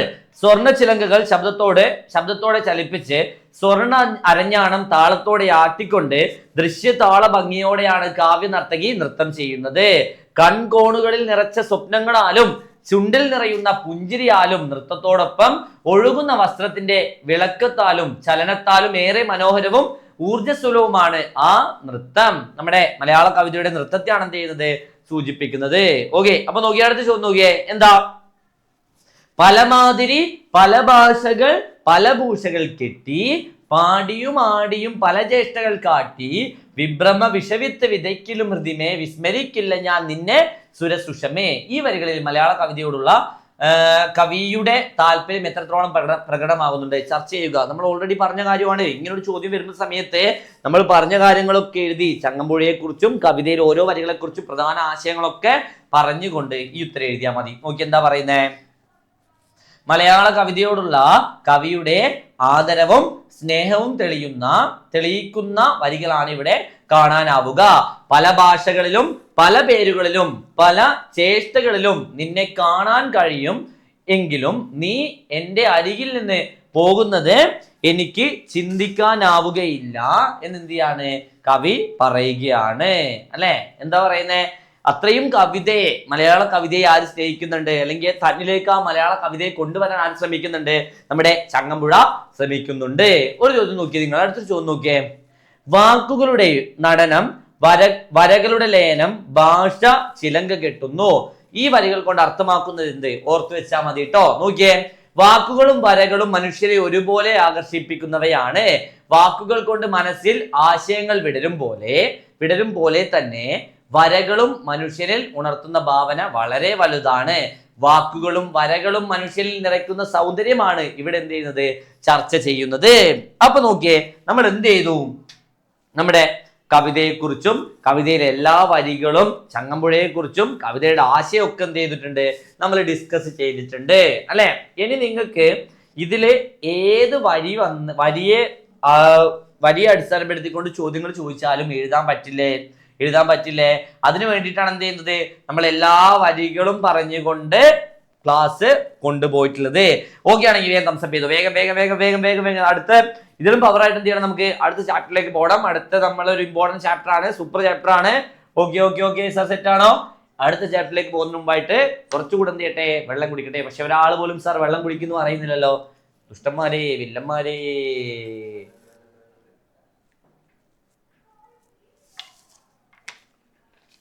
ഓക്കെ, അപ്പൊ നമുക്ക് എന്ത് ചെയ്യാം, നമ്മുടെ അടുത്ത ചാപ്റ്ററിലേക്ക് പോവാം. ഓക്കെ, സെറ്റ് ആണെങ്കിൽ പറഞ്ഞോളൂ എല്ലാവരും. സെറ്റ് ആണെങ്കിൽ പറഞ്ഞോളൂ. ഓക്കെ. ദേ അടുത്ത ചാപ്റ്റർ ആണ് വാക്ക് അല്ലെ. നമുക്കെല്ലാവർക്കും ഇഷ്ടം പോലെ ചെയ്യാൻ പറ്റുന്ന ഒരു കാര്യമാണ് കുറെ വാക്കുകൾ പറയാ, കുറെ കാര്യങ്ങൾ എന്ത് ചെയ്യാ, സംസാരിക്കുക എന്നുള്ളത് അല്ലേ. സിമ്പിൾ ആണ്. അപ്പോ വാക്കുകളുടെ പ്രാധാന്യം ശ്രദ്ധിക്കണേ. വാക്കുകളുടെ ശക്തിയും അതിൻ്റെ ഉത്തരവാദിത്വവും അതിൻ്റെ പ്രാധാന്യവും വ്യക്തമാക്കുന്ന ലേഖനമാണ് നമുക്ക് പഠിക്കാനുള്ള കുഞ്ഞുണ്ണി മാഷിന്റെ വാക്ക് എന്ന് പറയുന്ന ഈ ഒരു പാഠഭാഗം. വായിച്ചാലും വളരും, വായിച്ചില്ലേലും വളരും. എന്തായിരുന്നു സാർ? വായിച്ചാലും വളരും, വായിച്ചില്ലെങ്കിലും വളരും. വായിച്ചാൽ വിളയും, വായിച്ചില്ലെങ്കിൽ വളയും അല്ലെ. അപ്പോ ഓർത്ത് വെക്കുക, വരികൾ ഓർത്ത് വെക്കുക. ഓക്കെ, അപ്പൊ നോക്കിയേ, ഈ ഒരു ചാപ്റ്റർ വാക്ക് അല്ലെ. അപ്പൊ ഓർമ്മിക്കുക, കുഞ്ഞുണ്ണി മാഷിന്റെ ഈ ഒരു ലേഖനം എന്ന് പറയുന്നത് വാക്കിന്റെ പ്രാധാന്യം, ഓക്കെ, വാക്കിന്റെ ഉത്തരവാദിത്വം, വാക്കിന്റെ ശക്തി എന്നിവ വ്യക്തമാക്കുന്ന ലേഖനമാണ് ഈ ഒരു പാഠഭാഗം എന്ന് പറയുന്നത്. ഓക്കെ, നമുക്ക് എന്ത് ചെയ്യാം, നോക്കാം. എന്താ, ആദ്യം തന്നെ ഈ ഒരു ലേഖനം ആരംഭിക്കുന്നത് ഒരു നമ്പൂതിരി കഥ. ഓക്കെ, ഒരു നമ്പൂതിരി കഥ പറഞ്ഞുകൊണ്ടാണ് എന്ത് ചെയ്യുന്നത്, ഈ ഒരു പാഠഭാഗം ആരംഭിക്കുന്നത്. അതായത് ഒരു ധനികനായിട്ടുള്ള അല്ലെ, വലിയ വയറൊക്കെ ഉള്ള ഒരു നമ്പൂതിരി എന്ത് ചെയ്യാണ്, നടന്നു പോകുന്ന സമയത്ത് ഒരു ആനയുടെ മുകളില് ഒരു ആനക്കാരൻ എന്ത് ചെയ്യാണ്, ഇങ്ങനെ പോവാണ് അല്ലെ. അപ്പോ നമ്മുടെ നമ്പൂതിരി എന്ത് ചെയ്യാണ്, എടോ താനിങ്ങോട് വന്നേ അല്ലെ. ആനയെ ഇങ്ങോട്ട് വിളിച്ചു. ആനയിലല്ലോ, ഈ ആനപ്പുറത്തിരിക്കുന്ന ആനപ്പാപ്പാനെ താഴേക്ക് വിളിച്ചു അല്ലെ. എന്നിട്ട് എന്ത് ചെയ്യാണ്, മുറുക്കാൻ ചോദിക്കുകയാണ് അല്ലെ. മുറുക്കാൻ വേണ്ടിയിട്ട് ചോദിക്കുകയാണ്, മറ്റേ മുറുക്കാൻ അറിയാലോ, മുറുക്കാൻ ചോദിക്കുകയാണ്. അപ്പൊ എന്ത് ചെയ്തു, ആനക്കാരൻ ദേഷ്യം വന്നു അല്ലെ. കാരണം ഇത്രയും മേലെ വിളിച്ചിട്ട് മുറുക്കാൻ ചോദിക്കുക എന്ന് പറഞ്ഞു കഴിഞ്ഞാൽ ബുദ്ധിമുട്ടുള്ള കാര്യമാണല്ലോ അല്ലെ. അപ്പൊ എന്നാലും എന്ത് ചെയ്തു, നമ്മുടെ മുഷിപ്പൊന്നും കാണിക്കാതെ നമ്മുടെ ഈ ആനക്കാരൻ എന്ത് ചെയ്യാണ്, ചുണ്ണാമ്പ് എടുത്ത് കൊടുക്കാണ്, അല്ലെ മുറുക്കാൻ എടുത്ത് കൊടുക്കാണ്. അപ്പോഴാണ് നമ്മുടെ മുറുക്കാനൊക്കെ കൊടുത്തു, ആനക്കാരൻ എന്ത് ചെയ്യാണ്, തിരിച്ചു പോവാണ്. അപ്പോഴാണ് നമ്മുടെ നമ്പൂതിരിക്ക് ഒരു കാര്യം കൂടെ എന്ത് ചെയ്യാനുണ്ട്, ഇയാളോട് ചോദിക്കാനുണ്ട്, അല്ലെ ഇയാളോട് എന്ത് ചെയ്യണം, ഒരു കാര്യം കൂടെ ചോദിക്കാനുണ്ടെന്ന് വെച്ച് ഒട്ടും താമസിപ്പിക്കാതെ എന്ത് ചെയ്യാണ്, എടോ ആനക്കാരാ, അല്ലെ ചോദിക്കാനുണ്ട്, എടോ ആനക്കാരാ ഒരു കാര്യം കൂടെ തന്നോട് എനിക്ക് ചോദിക്കാനുണ്ട്, അല്ലെ. അപ്പൊ എന്താന്ന് ചോദിക്കുമ്പോ എന്താ, എനിക്ക് നീ അല്ലെ ഈ ആനയെ എനിക്ക് തരുമോന്ന്, എന്താ അല്ലെ എനിക്ക് നീ ആനയെ തരുമോന്ന്. അപ്പൊ ആനക്കാരന് ഭയങ്കരമായിട്ട് ദേഷ്യം വന്നു. അപ്പൊ താൻ എന്ത് മനുഷ്യനാണോ എന്ന് ചോദിക്കുന്ന സമയത്ത് നമ്മുടെ നമ്പൂതിരി എന്ത് ചെയ്യാണ്, ആ ചോദ്യത്തിനൊരു വിശദീകരണം കൊടുക്കുകയാണ്, അല്ലെ. അപ്പൊ എന്താ പറയുന്നേ, ഞാൻ തന്നോട് ചുണ്ണാമ്പ് ചോദിച്ചപ്പോ എന്ത് ചെയ്തു, താൻ എനിക്ക് പെട്ടെന്ന് തന്നു. ഇനി എങ്ങാനും ഞാൻ ആനയെ ചോദിച്ചാൽ താൻ തന്നാലോ, അല്ലെ പോയാലൊരു വാക്ക് കിട്ടിയാലൊരു ആന, അല്ലെ. അപ്പോ വാക്കിന് പ്രാധാന്യം കൽപ്പിക്കാതെ എന്തെങ്കിലുമൊക്കെ വിളിച്ചു പറയുന്ന ആളുകളെ പരിഹസിക്കുകയാണ് കുഞ്ഞുണ്ണി മാഷി ഈ ഒരു കുഞ്ഞിതായിട്ടുള്ള ഒരു നമ്പൂതിരി കഥയിലൂടെ ചെയ്യുന്നത്, അല്ലെ. നമ്പൂതിരിയുടെ വാക്ക് എന്താ, നമ്പൂതിരി പറഞ്ഞ കാര്യം എന്താ, പോയാലൊരു വാക്ക് കിട്ടിയാലൊരു ആന. അങ്ങനെയാണോ? ഒരിക്കലും അങ്ങനെയല്ല. വാക്കിനാണ് ഏറ്റവും പ്രാധാന്യം, അല്ലെ. നമ്മൾ പറയാറുണ്ട്, വാവിട്ട വാക്കും അതുപോലെ തന്നെ കൈവിട്ട ആയുധവും നമുക്ക് എന്ത് ചെയ്യാൻ പറ്റില്ല, തിരിച്ചെടുക്കാൻ പറ്റില്ല, അല്ലെ. നിങ്ങളൊന്ന് ആലോചിച്ചാൽ മതി, നിങ്ങളുടെ നിത്യജീവിതത്തിലെ നിങ്ങൾ നിങ്ങളുടെ കൂട്ടുകാരനോടോ അല്ലെങ്കിൽ നമ്മുടെ ഏറ്റവും ഇഷ്ടപ്പെടുന്ന ആളുകളോടോ അറിയാതെ എന്തെങ്കിലുമൊക്കെ വാക്ക് നമ്മുടെ വായിൽ നിന്ന് വീണ് പോയി കഴിഞ്ഞാൽ, ആളെ വിഷമിപ്പിക്കുന്ന രീതിയിലുള്ള എന്തെങ്കിലും വാക്കുകൾ വീണ് പോയി കഴിഞ്ഞാൽ ഒരിക്കലും ചിലപ്പോൾ ഉണ്ടാവില്ല, അത് മനസ്സിൽ നിന്നും പോവില്ല, അല്ലെ. മനസ്സിൽ അങ്ങനെ നിൽക്കും. അപ്പൊ അത്രയും ശക്തി ആർക്കുണ്ട്, വാക്കിനുണ്ട്. ഈ നമ്പൂതിരി പ്രയോഗിച്ചതുപോലെ വെറുതെ പോയാലൊരു വാക്ക് കിട്ടിയാലൊരു ആന എന്നതല്ല. അതിനപ്പുറത്തേക്ക് വാക്കിൻ്റെതായിട്ടുള്ള ശക്തിയും അതേപോലെ തന്നെ എന്ത് ചെയ്യുന്നുണ്ട്, മഹത്വവും ഉണ്ട്. വാക്കൊരിക്കലും അനാവശ്യമായിട്ട് എന്ത് ചെയ്യാൻ പാടില്ല, ഉപയോഗിക്കാൻ പാടില്ല. അത്രയും ചിന്തിച്ചുകൊണ്ട് അത്രയും ശ്രദ്ധയോടുകൂടെ മാത്രമേ എന്ത് ചെയ്യാൻ പാടുള്ളൂ, നമ്മൾ വാക്കുകള് വായിൽ നിന്ന് പറയാൻ പാടുള്ളൂ, അല്ലെ. വാക്കിന് ഒരാളെ വലിയവനാക്കാനും ഒരാളെ നശിപ്പിക്കാനും ഉള്ള എന്തുണ്ട്, ശക്തിയുണ്ട്. നിങ്ങളൊന്ന് ആലോചിച്ച് നോക്കിയാൽ മതി, നമ്മൾ പറയുന്ന കാര്യം കൊണ്ട് നിങ്ങൾക്ക് വേണമെങ്കിൽ എന്ത് ചെയ്യാൻ പറ്റും, ഒരാളെ തളർത്താൻ പറ്റില്ലേ, അല്ലെങ്കിൽ ഒരാളെ ഇല്ലാതാക്കാൻ പോലും നമ്മുടെ വാക്കുകൾ കൊണ്ട് പറ്റും. നമ്മൾ പറയാമല്ലോ, വായിലെ നാവ് എന്നൊക്കെ പറയുമല്ലോ. അപ്പൊ അത്രയും ശക്തി എന്തിനുണ്ട്, ആനയേക്കാൾ ശക്തി ആർക്കുണ്ടെന്ന് പറയാം, നമുക്ക് വാക്കുകൾക്കുണ്ട്, അക്ഷരങ്ങൾക്കുണ്ട് എന്ന് പറയാം, അല്ലെ. ഒരാളെ തളർത്താനും അതുപോലെ തന്നെ ഒരാളെ സൃഷ്ടിക്കാനും, അല്ലെ ഒരാളുടെ കഴിവ് അല്ലെങ്കിൽ ഒരു പുതിയൊരാളെ നമുക്ക് എന്ത് ചെയ്യാൻ പറ്റും, സൃഷ്ടിക്കാനും അല്ലെങ്കിൽ അയാളെ പ്രോത്സാഹിപ്പിക്കാനൊക്കെ എന്തിലൂടെ പറ്റാറുണ്ട്, വാക്കിലൂടെ പറ്റാറുണ്ട്. നിങ്ങളൊന്ന് ആലോചിച്ച് നോക്കണം, നിങ്ങൾ കമന്റ് ബോക്സിൽ പറയണം നിങ്ങൾ ഏറ്റവും പ്രചോദിപ്പിച്ച ഒരു വാക്ക്. നിങ്ങളുടെ മനസ്സിൽ മായാതെ തങ്ങി നിൽക്കുന്ന ഒരു വാക്ക് ഏതാണെന്നുള്ള കാര്യം എന്ത് ചെയ്യണം, നിങ്ങളൊന്ന് പറയണം കേട്ടോ. അതായത് ഏതെങ്കിലും നിങ്ങളുടെ ടീച്ചേഴ്സോ നിങ്ങളുടെ പാരന്റ്സോ ആരെങ്കിലും ഒക്കെ നിങ്ങളെ മോട്ടിവേറ്റ് ചെയ്യാൻ വേണ്ടിയിട്ട് പറഞ്ഞ കാര്യങ്ങളൊക്കെ ഉണ്ടെങ്കിൽ ഒന്ന് കമന്റ് ബോക്സിൽ പറയണം. ഏതെങ്കിലും ടീച്ചേഴ്സ് നീ മിടുക്കനാവുന്നോ, അല്ലെങ്കിൽ നിനക്ക് പാടാനുള്ള കഴിവുണ്ടെന്നോ, അല്ലെങ്കിൽ നീ സൂപ്പർ ആണെന്നോ, നീ നന്നായിട്ട് മിടുക്കനാണെന്നൊക്കെ അങ്ങനെ പറഞ്ഞ കാര്യങ്ങളൊക്കെ ഓർമ്മയുണ്ടെങ്കിൽ പറയണം കേട്ടോ. അപ്പൊ എന്ത് ചെയ്യാം, നമുക്ക് പാഠഭാഗത്തിന്റെ ആശയത്തിലേക്ക് പോവാം. നോക്കിയാൽ നമ്മുടെ കുഞ്ഞുണ്ണി മാഷാണ് മലയാളത്തിലെ ആധുനിക കവികളിൽ ഒരാളാണ് കുഞ്ഞുണ്ണി മാഷി എന്നറിയപ്പെടുന്ന അതിയാരത്ത് കുഞ്ഞുണ്ണി നായർ 1927 മെയ് 10 പൊന്നാനി താലൂക്കിൽ ജനിച്ചു. ദാർശനിക മേമ്പൊടിയോടുള്ള ഹ്രസ്വ കവിതകളിലൂടെ ശ്രദ്ധേയനായി. ബാലസാഹിത്യ മേഖലയിൽ ഇദ്ദേഹത്തിന്റെ സംഭാവനകൾ വ്യാപകമായ അംഗീകാരം നേടിയിട്ടുണ്ട്. മാതൃഭൂമി ആഴ്ചപ്പതിപ്പിന്റെ ബാലപംക്തിയിൽ കുട്ടേട്ടൻ എന്ന പേരിൽ എഴുതിയിട്ടുണ്ട്. ഏറ്റവും അധിക കാലം പംക്തി എഴുത്തു നടത്തിയ മലർവാടി എന്ന കുട്ടികളുടെ മാസികയിലായിരുന്നു അദ്ദേഹം എഴുതിയിട്ടുള്ളത്. ഓർത്തു വെക്കുക, നമ്മുടെ കുഞ്ഞുണ്ണി മാഷ് എന്ത് ചെയ്യുക, മറക്കാതെ ഓർമ്മിക്കുക. നോക്കിയേ നമ്മുടെ പാഠഭാഗത്തിന്റെ ആശയമാണ് പറയുന്നത്, ശ്രദ്ധിക്കണേ. വാക്കിന്റെ പ്രാധാന്യം. ഈശ്വര, ബാക്കിൽ കുഞ്ഞുണ്ണി മാഷ് തലയിലൊക്കെ അതൊരു വിറ്റായി അല്ലേ സാർ, അല്ലേ? നോക്കിയ ബാക്കിൽ കൊള്ളാം, പക്ഷെ രസമുണ്ട്. അപ്പൊ എന്താ പറയുന്ന ആശയം നോക്കിയേ, എന്താ, കുഞ്ഞുണ്ണി മാഷിന്റെ കുഞ്ഞു വാക്കുകൾക്ക് മലയാള സാഹിത്യം നൽകിയ കേൾവി വളരെ വലുതാണ്. കുഞ്ഞുണ്ണി മാഷിന്റെ പറച്ചിലുകളും ചൊല്ലുകളും കുറിക്കുകൊള്ളുന്നതാണ്. എത്ര കാലം കഴിഞ്ഞാലും ആ വാക്കുകളുടെ പൊരുൾ ഒരിക്കലും എന്താവില്ല, നഷ്ടപ്പെടില്ല. വാക്കുകളുടെ പൊരുൾ ഒരിക്കലും നഷ്ടപ്പെടാതെ വരും. നഷ്ടപ്പെടാതെ വരും തലമുറകളിലേക്ക് എന്ത് ചെയ്യുന്നുണ്ട്, കൈമാറ്റം ചെയ്യപ്പെട്ടുകൊണ്ടേ ഇരിക്കും. വാക്കുകൾ വെറുതെ ഉപയോഗിക്കാനുള്ളതല്ല, അല്ലെ. നോക്കണേ, വാക്കുകൾ വെറുതെ ഉപയോഗിക്കാനുള്ളതല്ല. നമ്മളെ നേരത്തെ നമ്പൂതിരി ചെയ്ത പോലെ പോയാലൊരു വാക്ക് കിട്ടിയാലൊരു ആന, ആ സാധനമല്ല. അങ്ങനെ നമ്മൾ എന്ത് ചെയ്യാൻ പാടില്ല? വാക്കുകളെ ഉപയോഗിക്കാൻ പാടില്ല. വാക്കുകൾക്ക് വളരെ എന്തുണ്ട്? പ്രാധാന്യമുണ്ട്. ഇല്ലേ? നിങ്ങൾ ഓരോരുത്തരും ആലോചിച്ച് നോക്കുക. ചിലപ്പോൾ നിങ്ങൾക്കൊക്കെ ചില ഫ്രണ്ട്സിനൊക്കെ നഷ്ടപ്പെട്ടിട്ടുണ്ടാവും, അല്ലെങ്കിൽ പുതിയ പുതിയ കൂട്ട് കിട്ടിയിട്ടുണ്ടാവും. അതൊക്കെ എന്താണ്? നമ്മുടെ വാക്കുകളും പ്രവർത്തികളും കൊണ്ടാണ്. അപ്പൊ വാക്കുകൾക്ക് വളരെയധികം എന്തുണ്ട്? പ്രാധാന്യമുണ്ട്. ഓരോ വാക്കും അർഹത ഉള്ളിടത്ത് മാത്രം വിളമ്പുക. അല്ലെ? വെറുതെ ഒന്നും എന്ത് ചെയ്യാൻ പാടില്ല? വാക്കുകൾ വായി തോന്നുന്നൊന്നും വിളിച്ചു പറയാൻ പാടില്ല. അർഹതപ്പെട്ടെടുത്ത് അല്ലെങ്കിൽ അനുയോജ്യമായിടത്ത് മാത്രം എന്ത് ചെയ്യുക? വാക്കുകളെ പ്രയോഗിക്കുക. ഓക്കെ, പിന്നെയോ വാക്കുകൾക്ക് സ്വന്തം വ്യക്തിത്വത്തിന്റെ വിലയാണ് ഉള്ളത്. നോക്കിയേ, കേൾവിക്കാരനുള്ളിടത്ത് വേണം വാക്കുകൾ പറയാൻ. അല്ലെ? കേൾവിക്കാരനുള്ളിടത്ത് വേണം വാക്കുകൾ പറയാൻ. ചിലപ്പോ നിങ്ങളുടെ ജീവിതത്തിലൊക്കെയും നിങ്ങൾ എന്താ, ഒരാൾ ചിലപ്പോ അർഹതപ്പെടാത്ത ഒരാളോടായിരിക്കും നിങ്ങൾ കുറെ കാര്യങ്ങൾ പറയാം. അവർക്ക് കേൾക്കാനോ അവർക്ക് വേറെ കാര്യങ്ങൾ ചെയ്യാനൊന്നും താല്പര്യം ഉണ്ടാവില്ല. പക്ഷെ നിങ്ങൾ എന്ത് ചെയ്യും? വെറുതെ പറഞ്ഞുകൊണ്ടിരിക്കും. അങ്ങനെ പറയാൻ പാടില്ല.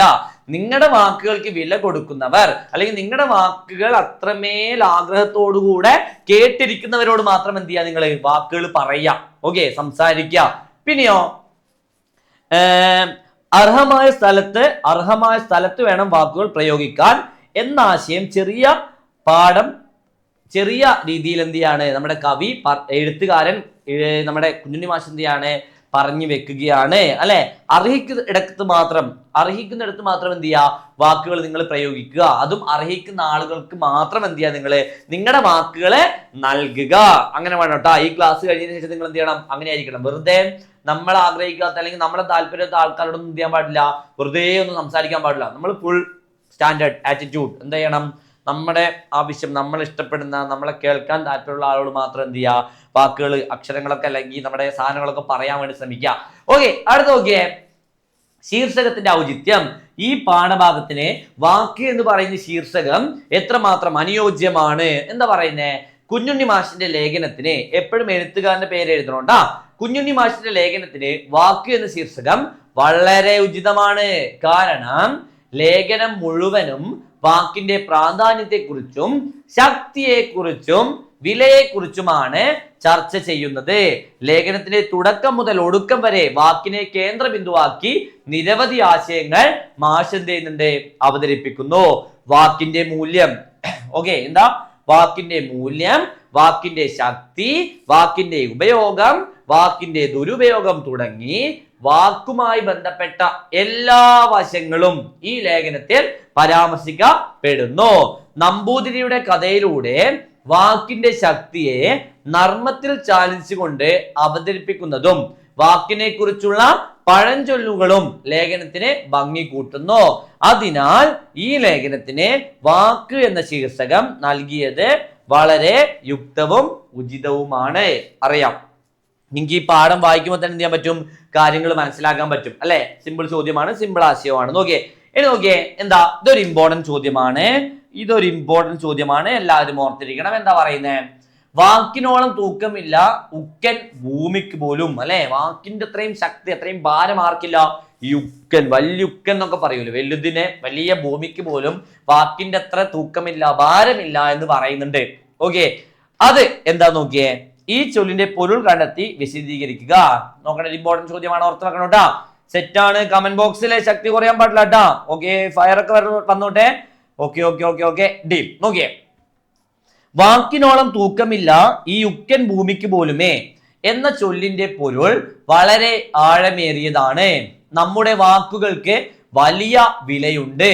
ഈ ഭൂമിയെക്കാളും വിലയുള്ളതാണ് വാക്ക്. ഓക്കെ, വാക്കുകൾക്ക് ഒരാളെ സൃഷ്ടിക്കാനും നശിപ്പിക്കാനുമുള്ള കഴിവുണ്ട്.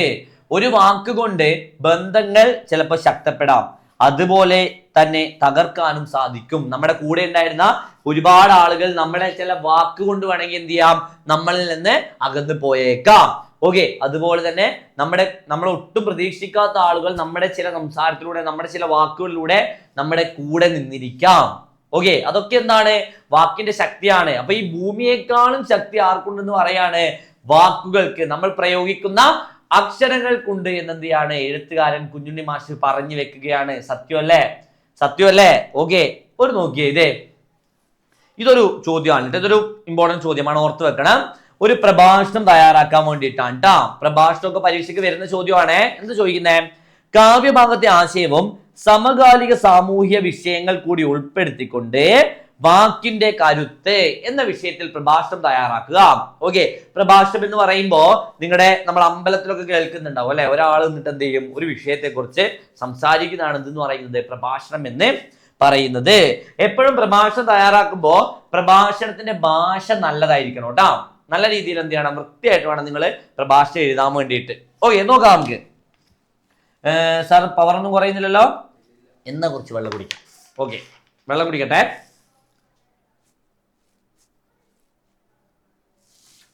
ആരും വെള്ളം കുടിച്ചൊന്നും പറയുന്നില്ലല്ലോ സാർ.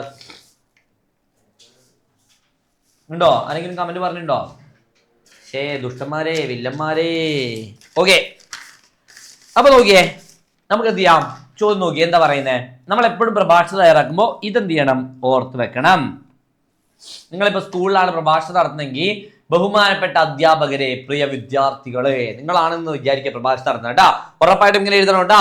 ബഹുമാനപ്പെട്ട അധ്യാപകരെ, പ്രിയ വിദ്യാർത്ഥികളെ.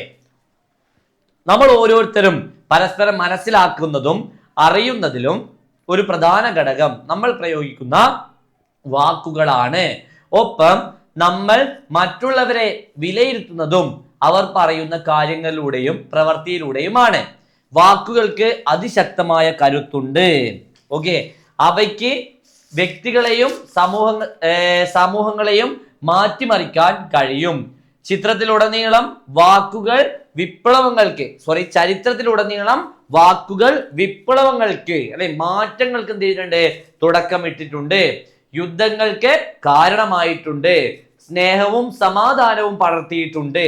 വാക്കുകൾ നമ്മുടെ ചിന്തകളുടെയും മൂല്യങ്ങളുടെയും പ്രതിഫലനമാണ്. ഇതൊക്കെ വാക്കുകളുടെ പ്രാധാന്യമാണ് കേട്ടോ, ഓർത്തു വെക്കണേ.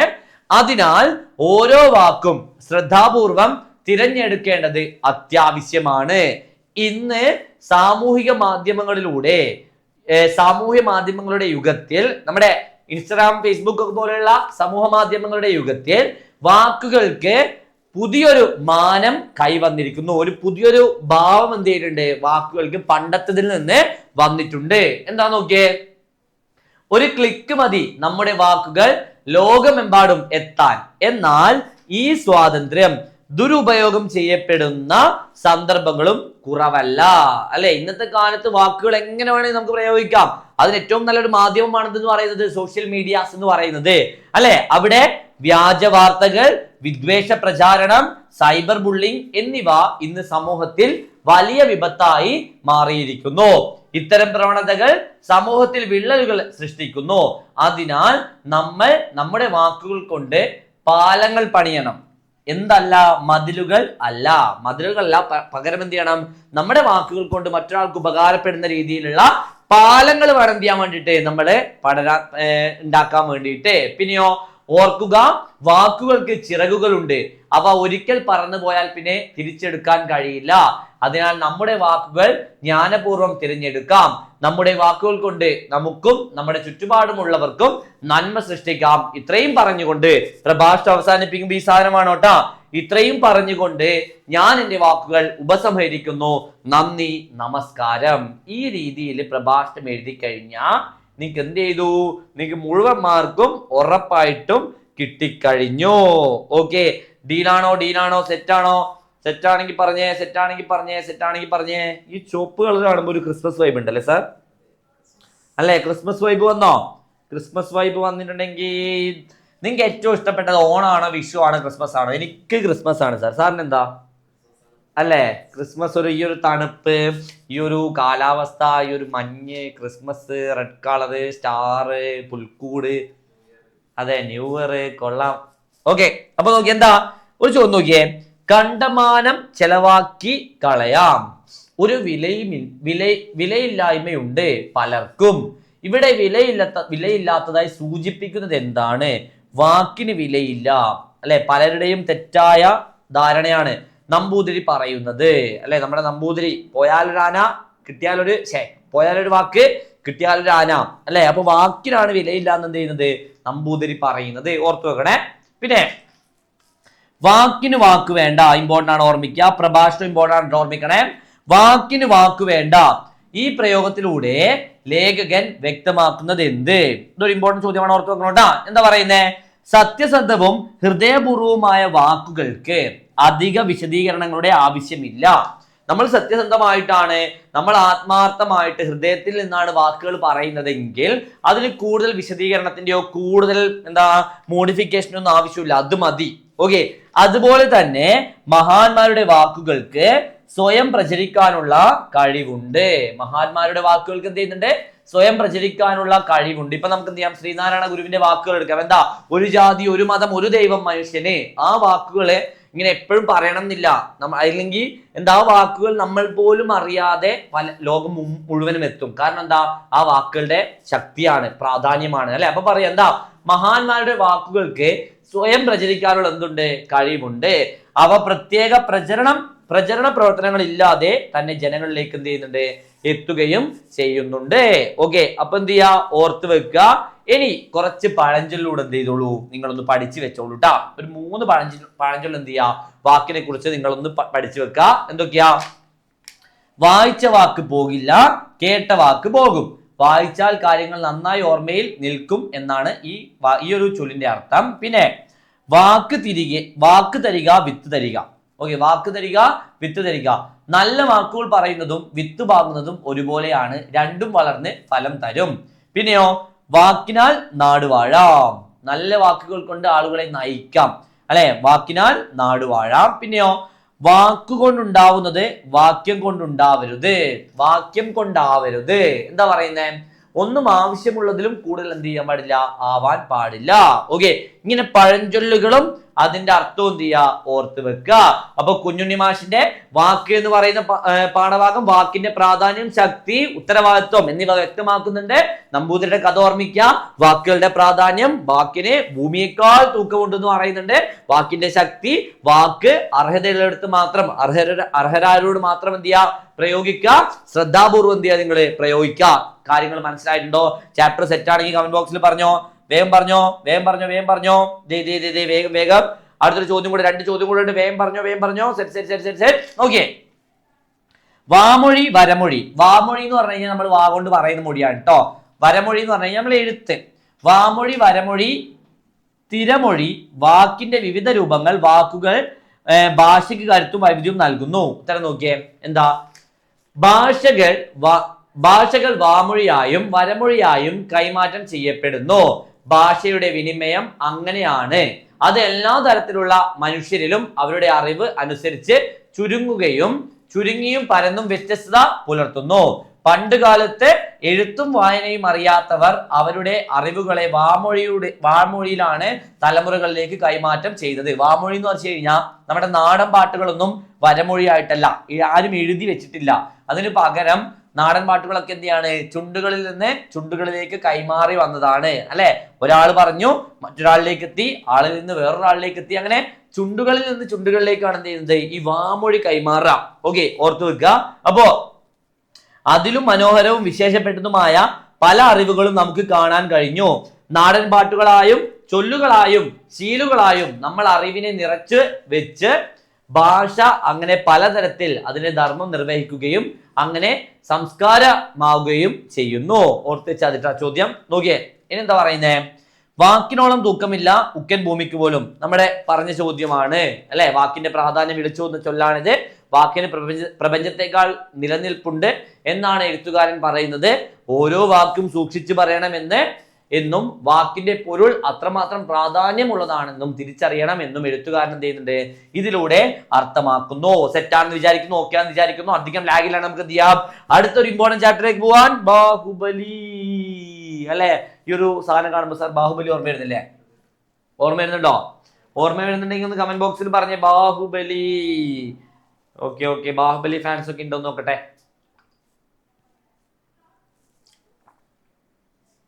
ഉണ്ടോ sir? Baahubali fans? Baahubali fans. Okay. അപ്പോ ഇവിടെ നമ്മൾ പഠിക്കാൻ പോകുന്നത്, അത് നിങ്ങൾ എന്ത് ചെയ്യാം? കുറച്ച് കാര്യങ്ങൾ ഓർമ്മിച്ച് വെക്കുക. അതായത് നമ്മുടെ മഹാഭാരത യുദ്ധം, കുരുക്ഷേത്ര യുദ്ധം എന്നൊക്കെ പറയുന്നത് നിങ്ങൾ കേട്ടിട്ടില്ലേ? ആരൊക്കെ തമ്മിലാണ്? പഞ്ചപാണ്ഡവർ അല്ലെ, 5 പേരടങ്ങുന്ന പഞ്ചപാണ്ഡവരും അതുപോലെ തന്നെ 101 പേരടങ്ങുന്ന 101 സഹോദരിയും 100 സഹോദരനും ഒരു സഹോദരിയും അടങ്ങുന്ന 101 പേരടങ്ങുന്ന നമ്മുടെ കൗരവ പടയും തമ്മിലുള്ള യുദ്ധമാണെന്ന് പറയുന്നത് കുരുക്ഷേത്ര യുദ്ധം എന്ന് പറയുന്നത്. ആരൊക്കെയാ? പാണ്ഡവരും, നോക്കണേ, പാണ്ഡവരും പിന്നെ കൗരവരും തമ്മിലുള്ള യുദ്ധം. ഓക്കെ, അപ്പൊ യുദ്ധം ഇങ്ങനെ തുടങ്ങാൻ പോവാണ്. നമുക്കറിയാം എഴുത്തച്ഛന്റെ മഹാഭാരതം കിളിപ്പാട്ടിലെ ഒരു ഭാഗമാണ് കേട്ടോ അത്, ഓർമ്മിക്കണേ. അപ്പൊ 18-ാം ദിവസമാണ് യുദ്ധത്തിന്റെ 18-ാം ദിവസം നമ്മുടെ ഈ ഒരു പാണ്ഡവരും കൗരവരും ഇങ്ങനെ യുദ്ധം ചെയ്യാൻ വേണ്ടി തയ്യാറായി നിൽക്കുകയാണ്. അപ്പൊ പാണ്ഡവരാണ് യുദ്ധത്തിൽ എന്ത് ചെയ്യുന്നത്? വിജയിക്കുന്നത്. ഓക്കെ, അത് ഓർമ്മിക്കണേ. വിജയമാർക്കാണ് പഞ്ചപാണ്ഡവന്മാർക്ക്. അപ്പോ ഈ പാണ്ഡവര് നമ്മുടെ കൗരവരെ അറ്റാക്ക് ചെയ്യാൻ വേണ്ടിയിട്ട് ഇങ്ങനെ വരികയാണ്.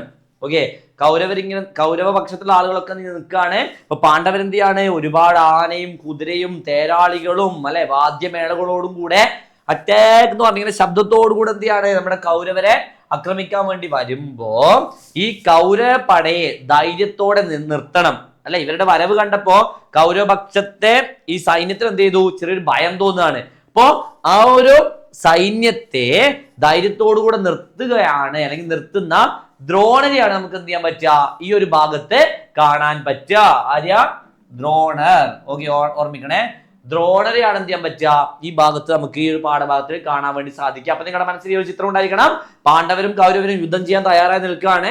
അപ്പൊ പാണ്ഡവപക്ഷം അല്ലെ, പഞ്ചപാണ്ഡവന്മാരടങ്ങുന്ന പാണ്ഡവപക്ഷം എന്ത് ചെയ്യാണ്? കൗരവർക്ക് നേരെ യുദ്ധം ചെയ്യാൻ വേണ്ടി വരുന്ന ഒരു സന്ദർഭം. ഓക്കെ, ഓർമ്മിച്ച് വെച്ചോക്കൂ, ഓർമ്മിച്ച് വെക്കുക. നോക്കി എന്താ പറയുന്നേ?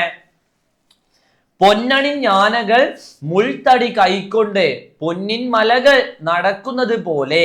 എന്താ പറയുന്നേ? പൊന്നണിഞ്ഞാനകൾ അല്ലെ, നെറ്റിപ്പട്ടം. നമുക്കറിയാം യുദ്ധത്തിൽ വരുന്ന ആനകൾ നമ്മുടെ ബാഹുബലി സിനിമയെ കണ്ടിട്ടുള്ളതാണ്. അപ്പോ പൊന്നണിഞ്ഞാനകൾ മുൾത്തടി അല്ലെ, മുൾത്തടി കൈക്കൊണ്ട് പൊന്നിൻ മലകൾ നടക്കുന്നത് പോലെ. അതായത് യുദ്ധത്തിന് നമ്മുടെ കൗരവപക്ഷമാണെങ്കിൽ നിൽക്കുന്നത് വിചാരിക്കുക. അപ്പൊ കൗരവപക്ഷത്തിന് നേരെ എന്താണ്? പാണ്ഡവപക്ഷത്തെ വലിയ ആനകൾ സ്വർണത്തിന്റെ മലകൾ നടന്നു വരുന്നത് പോലെ, പൊന്നിന്റെ മലകൾ നടന്നു വരുന്നത് പോലെ എന്ത് ചെയ്യാണ്? കൗരവപക്ഷത്തിന് നേരെ വന്നെടുക്കുകയാണ്. പിന്നെയോ എന്താ പറയുന്നേ? നോക്കണേ, ഇതിന്റെ നിറം നമുക്ക് കളർ മാറ്റാം. നോക്കി എന്താ പറയുന്നേ? വെള്ളത്തിലെ തിര തള്ളുന്നത് പോലെ തുള്ളിക്കളിക്കുന്ന വെള്ളക്കുതിരകൾ. നിങ്ങളുടെ മനസ്സിൽ ആ ഒരു ചിത്രം വരണം കേട്ടാ. എങ്ങനെയാ? വെള്ളത്തുള്ളികൾ എങ്ങനെയാണോ തുള്ളുന്നത് അതുപോലെ തുള്ളി ഇങ്ങനെ കുതിച്ചു വരുന്ന യുദ്ധത്തിലെ കുതിരകൾ അല്ലെ, വെള്ളക്കുതിരകൾ. നോക്കണേ, വെള്ളത്തിലെ തിര തള്ളുന്നത് പോലെ തുള്ളിക്കളിക്കുന്ന വെള്ളക്കുതിരകൾ. ആനയും കുതിരയായി അല്ലെ. പിന്നെയോ മുമ്പിൽ കളിക്കുന്ന കാലാൾപ്പടയും. നമുക്കറിയാം ആന അല്ലെ, ആന. പിന്നെയോ കുതിര. ഇവിടെ ആരാണ്? കുറെ കാലാൾപ്പട. ഓക്കെ, കുറെ കാലാൾപ്പട. നിങ്ങളുടെ മനസ്സിൽ ആ ഒരു ചിത്രം വരണോട്ടെ. ബാഹുബലി ചിത്രം ഓർമ്മിച്ചാൽ മതി. ഓക്കെ, അപ്പൊ എന്താ? മുമ്പിൽ കളിക്കുന്ന കാലാൾപ്പടകളും വമ്പോടലറും പടഹവും ബേരിയും അല്ലെ. മുമ്പിൽ ഇങ്ങനെ കാലാൾപ്പടയുണ്ട്, യുദ്ധത്തിന് തയ്യാറായി നിൽക്കുന്ന കാലാൾപ്പട അല്ലെ, നമ്മുടെ ആളുകളുണ്ട്, സൈന്യമുണ്ട്. പിന്നെയോ വാദ്യമേളങ്ങൾ അല്ലെ. വാദ്യമേളങ്ങൾ എന്ന് പറയുമ്പോൾ യുദ്ധം ചെയ്യുമ്പോൾ ആ ഒരു വാദ്യമേളമൊക്കെ എന്ത് ചെയ്യുന്നുണ്ട്? ഭയങ്കര ശബ്ദമായിട്ട് ഇങ്ങനെ ഒരു യുദ്ധത്തിന്റെ ആ ഒരു അന്തരീക്ഷം എന്ത് ചെയ്യാണ്? വരികളില് വ്യക്തമാക്കുകയാണ്. പിന്നെന്താ പറയുന്നേ? വൻകടൽ പോലെ പരന്നിത് വമ്പട ഹുങ്കാരമോടടുക്കുന്നത് നേരം അല്ലെ. എന്താ പറയുന്നേ? വൻകടൽ പോലെ അല്ലെ. പാണ്ഡവപക്ഷം വലിയൊരു കടല് പോലെ എന്ത് ചെയ്യാണ്? കൗരവപക്ഷത്തെ നേരിടാൻ വേണ്ടി വന്നുകൊണ്ടിരിക്കുകയാണ്. വൻകടൽ പോലെ പരന്നിത് വമ്പട അല്ലെ, വലിയ പട. പിന്നെയോ ഹുങ്കാരമോട് അടുക്കുന്നത് നേരം. ഹുങ്കാരമോട് അടുക്കുന്നു എന്ന് പറയുമ്പോൾ വലിയ ശബ്ദത്തോടുകൂടെ അല്ലെ, വലിയ ഒച്ചയോടുകൂടെ എന്ത് ചെയ്യാണ്? നമ്മുടെ കൗരവപക്ഷത്തേക്ക് അടുക്കുകയാണ്. പിന്നെയോ ദിക്കുകളൊക്കെ മറഞ്ഞ് പൊടികൊണ്ട് ചക്രം തിരിഞ്ഞതു കൗരവ സൈന്യവും. എന്താ പറയുന്നേ? ദിക്കുകളൊക്കെ, ദിക്ക് എന്ന് പറയുമ്പോ ആ ഒരു വരവിൽ ചുറ്റുപാടൊക്കെ എന്ത് ചെയ്യാണ്? പൊടി കൊണ്ട് മറഞ്ഞു അല്ലെ. മൊത്തം പൊടിപടലങ്ങളാണ്, മുഴുവൻ എന്താണ്? പൊടിപടലങ്ങളാണ്. അപ്പൊ അത്രയും ഭീകരമാണ് ആരുടെ വരവ്? നമ്മുടെ പാണ്ഡവരുടെ ആ ഒരു പാണ്ഡവ സൈന്യത്തിന്റെ കടന്നു വരവ്. അപ്പോ ചക്രം തിരിഞ്ഞത് കൗരവ സൈന്യം. ചക്രം തിരിയാന്ന് വെച്ച് കഴിഞ്ഞാൽ ഭയപ്പെടുക, അല്ലെങ്കിൽ എന്താ, വിഭ്രമിക്കുക, അല്ലെ, എന്താണ് അടുത്ത് നടക്കാൻ പോകുന്നത്, ഇത്രയും ശക്തരാണല്ലോ ഞങ്ങളുടെ നേർക്ക് വരുന്നത്. അപ്പോ പേടിച്ചു നിൽക്കുകയാണ് ആര്? നമ്മുടെ കൗരവ സൈന്യം. ഭയപ്പെട്ട് പരിഭ്രമിച്ച് നിൽക്കുകയാണ് നമ്മുടെ കൗരവ സൈന്യം. അപ്പൊ ഇത്രയും ഭാഗം എന്താണ്? ഈ പാണ്ഡവരുടെ വരവിനെയാണ് എന്ത് ചെയ്തത്? വർണ്ണിക്കുന്നത്. അപ്പൊ പേടിച്ചു നിൽക്കുകയാണ് നമ്മുടെ കൗരവ സൈന്യം. ആ സൈന്യത്തെ എന്ത് ചെയ്യണം? ആ സൈന്യത്തിന് എന്ത് കൊടുക്കണം? ധൈര്യം കൊടുക്കണം, അല്ലെ? അപ്പൊ എന്താ പറയുന്നേ? വില്ലാളി വീരനാം ദ്രോണർ അത് കണ്ട്. ദ്രോണർ എന്ന് പറയുമ്പോ പാണ്ഡവരുടെയും കൗരവരുടെയും ഒക്കെ ഗുരുസ്ഥാനാണ് കേട്ടോ, ഓർമ്മിക്കാം. വില്ലാളി വീരനാം, അല്ലെ? ദ്രോണർ ഭയങ്കര ശക്തിശാലി, ഭയങ്കര പവർഫുൾ ആണ്. അപ്പൊ നമ്മുടെ കട്ടപ്പയെ പോലെയാണ് കേട്ടോ. അപ്പോ വില്ലാളി വീരനാം ദ്രോണര് അത് കണ്ട് നില്ലാ പട നമുക്കെന്നുറച്ചിടിനാൻ, അല്ലെ? എന്താ പറയുന്നേ? ദ്രോണരപ്പോ ഈ വരവ് കണ്ട് ഭയപ്പെടുന്ന സൈന്യത്തെ കണ്ടപ്പോ ദ്രോണർ എന്ത് ചെയ്യാണ്? ആ സൈന്യത്തെ ധൈര്യപ്പെടുത്താണ്. ഓക്കെ, നിങ്ങൾ എന്ത് ചെയ്യേണ്ട ആവശ്യമില്ല, പേടിക്കേണ്ട ആവശ്യമില്ല, അല്ലെ?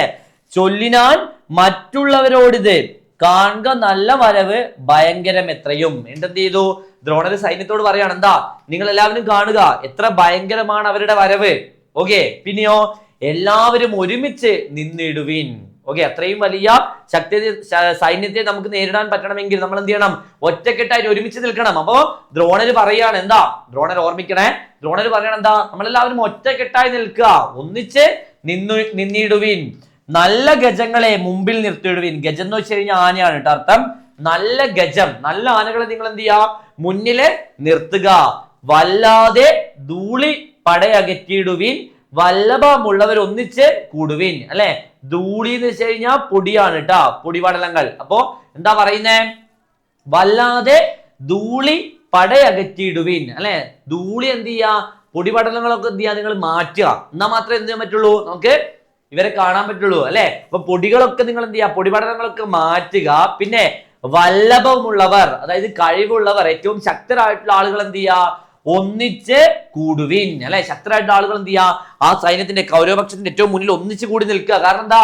ഇത്രയും ശക്തരായിട്ടുള്ള നമ്മുടെ പാണ്ഡവരെന്ത് ചെയ്യണം? എതിരേൽക്കണം, നേരിടണം, അല്ലെ? അപ്പോ വല്ലഭമുള്ളവർ, കഴിവുള്ളവർ, മികച്ചവരെന്ത് ചെയ്യാ?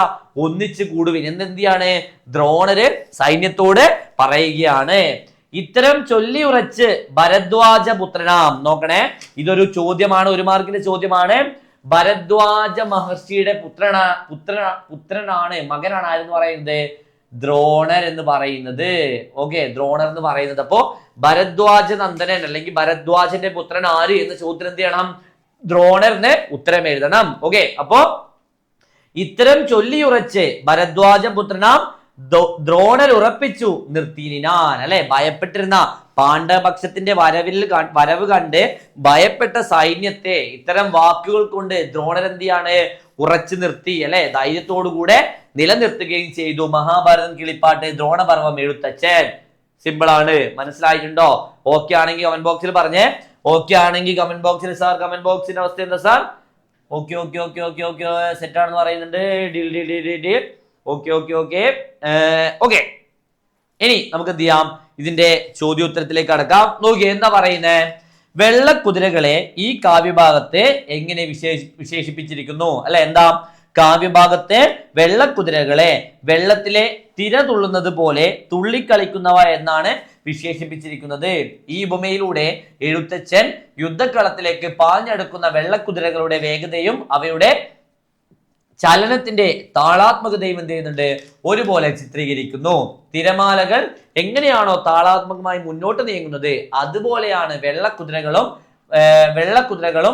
പടക്കളത്തിലേക്ക് കുതിച്ച് വരുന്നത്. ഓക്കെ, നോക്കണം, ഇതൂടെ നോക്കണം കേട്ടോ നിങ്ങൾ. എന്താ? മഹാഭാരതം കഥയുടെ ഭാഗമാണ് കുരുക്ഷേത്ര യുദ്ധം. ഭാഗമായ കുരുക്ഷേത്ര യുദ്ധത്തിന്റെ വിവരണമാണ് എന്ത് ചെയ്യുന്നത്? പാഠഭാഗം എന്ന് പറയുന്നത്. നോക്കണേ, ഭീഷ്മരുടെ പതനത്തെ തുടർന്ന് ദുര്യോധനൻ ആചാര്യനായ ദ്രോണരെ സർവ്വസേനാധിപതിയായി വാഴിക്കുന്നു. സേനാധിപതി എന്ന് വെച്ച് കഴിഞ്ഞാൽ സൈന്യത്തെ നയിക്കുന്നവർ, നമ്മുടെ കട്ടപ്പ. ഓക്കെ, അപ്പോ സൈന്യാധിപതിയായി വാഴിക്കുന്ന ഭാഗം ഉൾപ്പെടുന്നു. 11 മുതൽ 15 വരെയുള്ള 5 ദിവസങ്ങൾ ദ്രോണാചാര്യർ കൗരവ സേനയ്ക്ക് നേതൃത്വം നൽകി. മഹാഭാരതത്തിൽ ഈ 5 യുദ്ധ ദിവസങ്ങൾ 11 മുതൽ 15 വരെ വർണ്ണിക്കുന്നത് ദ്രോണപർവത്തിലാണ്. ഓക്കെ, നമ്മുടെ പാഠഭാഗം സേനാധിപതിയായ ദ്രോണരായതിനാൽ ഗ്രന്ഥകർത്താവ് ആ പേര് കൊടുത്തു. ഓക്കെ, ദ്രോണപർവ്വം എന്തിയാണ് പേര് കൊടുത്തു. അത് ഓർത്ത് വെച്ചാൽ മതി. നോക്കിയേ, ഇനി യുദ്ധസന്നാഹത്തെ എങ്ങനെയൊക്കെയാണ് കവി വർണ്ണിച്ചിരിക്കുന്നത്? എങ്ങനെയൊക്കെയാ? കവിതയിൽ എഴുത്തച്ഛൻ യുദ്ധസന്നാഹത്തെ വളരെ വ്യത്യസ്തമായ രീതിയിലാണ് എന്ത് ചെയ്യുന്നത്? വർണ്ണിച്ചിരിക്കുന്നത്. പൊന്നണിഞ്ഞ ആനകൾ മുൾത്തടി കൈക്കൊണ്ട് നീങ്ങുന്നത് പൊന്നിൻ മലകൾ നടക്കുന്നത് പോലെയും വെള്ളക്കുതിരകൾ തുള്ളിച്ചാടുന്നത് വെള്ളത്തിലെ തിരമാലകൾ പോലെയുമാണെന്ന് കവി വർണ്ണിക്കുന്നു. യുദ്ധക്കളത്തിലെ പൊടിപടലങ്ങൾ ദിക്കുകളെ മറയ്ക്കുന്നത് വായനക്കാരന് യുദ്ധത്തിന്റെ തീവ്രതയെക്കുറിച്ച് ധാരണ നൽകുന്നു. പാണ്ഡവ സൈന്യത്തിന്റെ വരവ് കണ്ട് കൗരവ സൈന്യം ചക്രം തിരിയുന്നത് പോലെ പരിഭ്രമിക്കുന്നതായി, അല്ലെ, പരിഭ്രമിക്കുന്നതിനായി കവി വർണ്ണിക്കുന്നു. യുദ്ധസന്നാഹത്തിന്റെ ഒരു ഭാഗമായി ദ്രോണർ തന്റെ സൈന്യത്തിന് നൽകുന്ന നിർദ്ദേശങ്ങളും കവിതയിൽ നിന്നുണ്ട് ഉൾപ്പെടുത്തിയിട്ടുണ്ട്. മൊത്തത്തിൽ ഈ കവിത എഴുത്തച്ഛന്റെ യുദ്ധത്തിന്റെ ഭയാനകതയും തീവ്രതയും ഒരുപോലെ എന്ത് ചെയ്യുന്നുണ്ട്? ചിത്രീകരിക്കുന്നു. മനസ്സിലാവുന്നുണ്ടോ? സെറ്റാണെങ്കിൽ ഒന്ന് പറയണേ. സെറ്റാണ്. ഓക്കെ. നിങ്ങളുടെ പവർ പറഞ്ഞു കഴിഞ്ഞാൽ സാറിന്റെ പവറും കുറയും എന്ന് വിചാരിക്കുന്നു. ഓക്കെ. സെറ്റ്. ഇനി നോക്കിയേ, എന്താ പറയുന്നേ? കൗരവ പടയ്ക്ക് ദ്രോണർ നൽകുന്ന നിർദ്ദേശങ്ങൾ എന്തൊക്കെയാണ്? അറിയാവുന്ന കാര്യമാണ്, നമ്മൾ പഠിച്ച കാര്യമാണ്. എന്താ പറയുന്നേ? പാണ്ഡവ പടയുടെ ശക്തിയും വരവിന്റെ ആരവവും കണ്ട് ഭയപ്പെടാതെ ഉറച്ചു നിൽക്കാൻ ദ്രോണർ സൈന്യത്തോട് ആവശ്യപ്പെടുന്നു. എല്ലാ സൈനികരോടും ഒന്നിച്ചു നിൽക്കാനും ആനകളെ മുന്നിൽ അണിനിരത്താനുമുള്ള നിർദ്ദേശങ്ങൾ സേനാനായകനായ ദ്രോണർ കൗരവപടയ്ക്ക് നൽകി. ശത്രുക്കളെ വ്യക്തമായി കാണാൻ വേഗം തന്നെ പൊടിപടലങ്ങൾ അകറ്റുവാനും ആയോധന വിദ്യയിൽ സാമർഥ്യമുള്ളവർ ഒന്നിച്ചു നിന്ന് പോരാടാനും ദ്രോണർ എന്ത് ചെയ്യുന്നുണ്ട്? നിർദ്ദേശിക്കുന്നു. ഈ നിർദ്ദേശങ്ങളിലൂടെ ദ്രോണർ കൗരവ സൈന്യത്തെ യുദ്ധത്തിന് മാനസികമായും തന്ത്രപരമായും എന്ത് ചെയ്യാണ്? സജ്ജമാക്കാൻ ശ്രമിക്കുന്നു. ഓക്കെ, അവസാനത്തെ ചോദ്യം നോക്കി, എന്താ പറയുന്നേ? കുരുക്ഷേത്ര യുദ്ധഭൂമിയിൽ നിങ്ങൾ വാർത്താ റിപ്പോർട്ടറായി എത്തിയിരിക്കുന്നു എന്ന് സങ്കല്പിക്കുക. അവിടെ നടക്കുന്ന കാര്യങ്ങൾ തത്സമയം റിപ്പോർട്ട് ചെയ്യുന്ന രീതിയിൽ അവതരിപ്പിക്കുക. നമ്മള് ചാനലൊക്കെ കാണുകയാണ് അല്ലെ? ഹലോ, സുകേഷാണ്, ഞാനിത് ഇപ്പോൾ യുദ്ധഭൂമിയിലാണുള്ളത്. ഇവിടെ എനിക്ക് എന്ത് ചെയ്യാൻ പറ്റുന്നുണ്ട്? ദ്രോണരെ കാണാൻ പറ്റുന്നുണ്ട്, പലയാളെയും കാണാൻ പറ്റുന്നുണ്ട്. ഇവിടെ ഭയങ്കര യുദ്ധമാണ്. ഓക്കെ, നമുക്ക് എന്ത് ചെയ്യാം? ദ്രോണനോട് സംസാരിക്കാം. സാർ എന്താണ് പറയാനുള്ളത്? അല്ലെ, നമ്മള് സ്ഥിരം പത്രത്തിൽ കാണുന്ന സാധനമാണ്. അപ്പൊ നിങ്ങളൊരു പത്ര റിപ്പോർട്ടറാണെന്ന് വിചാരിക്കുക. നിങ്ങൾ എങ്ങനെയായിരിക്കും ആ ഒരു വാർത്ത റിപ്പോർട്ട് ചെയ്യുക? അപ്പൊ നോക്കിയാ എങ്ങനെയാ? സുഹൃത്തുക്കളെ, കുരുക്ഷേത്ര യുദ്ധഭൂമിയിൽ നിന്ന് 12 ടെലിവിഷന്റെ അതെങ്ങനെയുണ്ട്? 12 ആക്കിയത് 24 12 ആക്കി. ഓക്കെ, 12 ടെലിവിഷനിൽ തത്സമയ സംപ്രേഷണം എന്ന് വെച്ച് കഴിഞ്ഞാൽ ലൈവ് എന്നാണ് അർത്ഥം. നമ്മുടെ ലൈവ് സംപ്രേഷണം എന്നാണ് കേട്ടോ. ഓക്കെ, അപ്പോ തത്സമയ സംരക്ഷണം. ഞാൻ ഇപ്പോൾ നിൽക്കുന്നത് കുരുക്ഷേത്ര യുദ്ധഭൂമിയുടെ ഹൃദയഭാഗത്താണ്. പൊടിപടലങ്ങൾ മൂടിക്കിടക്കുന്ന ഈ രണഭൂമിയിൽ 2 സൈന്യങ്ങളും ജീവൻ മരണ പോരാട്ടത്തിന് ഒരുങ്ങുന്നത് പ്രേക്ഷകർക്ക് കാണാവുന്നതാണ്. തൽക്കാലം നമുക്ക് ഈ യുദ്ധമുഖത്തു നിന്ന് അല്പം കൂടി സുരക്ഷിതമായ ഒരിടത്തേക്ക് മാറുവാൻ ഉള്ള നിർദ്ദേശം വന്നിരിക്കുന്നു. കൂടുതൽ വിവരങ്ങൾ വൈകാതെ നിങ്ങളിലേക്ക് എത്തിക്കുന്നതായിരിക്കും. കുരുക്ഷേത്ര യുദ്ധഭൂമിയിൽ നിന്നും 12 ടെലിവിഷന് വേണ്ടി സുകേഷ്. അല്ലെ, ഇങ്ങനെയല്ലേ നമ്മൾ വാർത്ത റിപ്പോർട്ട് ചെയ്യുക? അപ്പൊ ആ രീതിയിൽ എന്താണ് നിങ്ങള് വാർത്ത റിപ്പോർട്ട് ചെയ്യണം. സെറ്റാണോ? എങ്ങനെയൊക്കെ ചോദ്യം വന്നാലും എഴുതാൻ പറ്റും എന്നുള്ളവരൊന്ന് കമന്റ് ബോക്സിൽ പറഞ്ഞേ. പടക്കളത്തിലേക്ക് വരുന്ന പാണ്ഡവരും കൗരവരും സെറ്റാണെങ്കിൽ വേഗം പറഞ്ഞോ. സെറ്റ്. ഓക്കെ, ഡീലാന്ന് വിചാരിക്കുന്നു. ഇതേ നമ്മൾ അവസാനത്തോടെ അടുക്കാൻ പോവാണ്. അടുത്തൊരു ചാപ്റ്റർ ആണ് കാൽ വിരലിൽ വിരിയും കവിത. നിങ്ങൾക്ക് ഏറ്റവും ഇഷ്ടമുള്ള ചാപ്റ്റർ ആയിരിക്കും അല്ലെ? നിങ്ങളുടെ മനസ്സിൽ ഇത് ഭയങ്കര വിവരണത്തിനൊന്നും ആവശ്യമില്ല, നിങ്ങൾക്ക് അറിയായിരിക്കും അല്ലെ?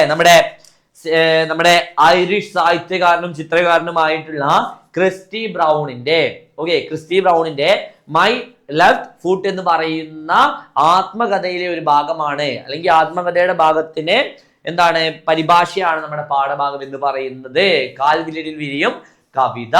ഓക്കെ, അപ്പോ നമ്മുടെ ക്രിസ്റ്റി ബ്രൗണിനെ കുറിച്ച് പറയുകയാണെങ്കിൽ ചെറുപ്പം മുതലേ സെറിബ്രൽ പാൾസി എന്ന് പറയുന്ന അസുഖം ബാധിച്ച് ശരീരമാസകലം തളർന്നു പോയ ആളാണ് ആരെന്ന് പറയുന്നത്? നമ്മുടെ ക്രിസ്റ്റി ബ്രൗൺ എന്ന് പറയുന്ന വ്യക്തി അല്ലെ? അപ്പോ അദ്ദേഹം ചെറുപ്പകാലത്ത് തന്റെ ഇടത്തെ കാൽ വിരലുകൾക്കിടയിൽ പേന അല്ലെങ്കിൽ പെൻസിലും ബ്രഷും ഉപയോഗിച്ച് വരച്ച ചിത്രങ്ങളെ കുറിച്ചാണ് എന്ത് ചെയ്യുന്നത് ഈ ഒരു പാഠഭാഗം എന്ന് പറയുന്നത്. അപ്പൊ നമ്മുടെ ക്രിസ്റ്റി ബ്രൗണിനെ പിതാവും മാതാവും എന്ത് ചെയ്യുന്നുണ്ട്, ഒരുപാട് സപ്പോർട്ട്, ഒരുപാട് പിന്തുണ, പ്രോത്സാഹനം ഒക്കെ നൽകുന്നുണ്ട്.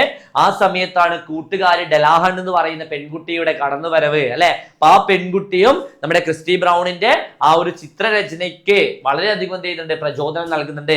അവൻ എന്ത് ചെയ്യുന്നുണ്ട്, പ്രോത്സാഹിപ്പിക്കുന്നുണ്ട്.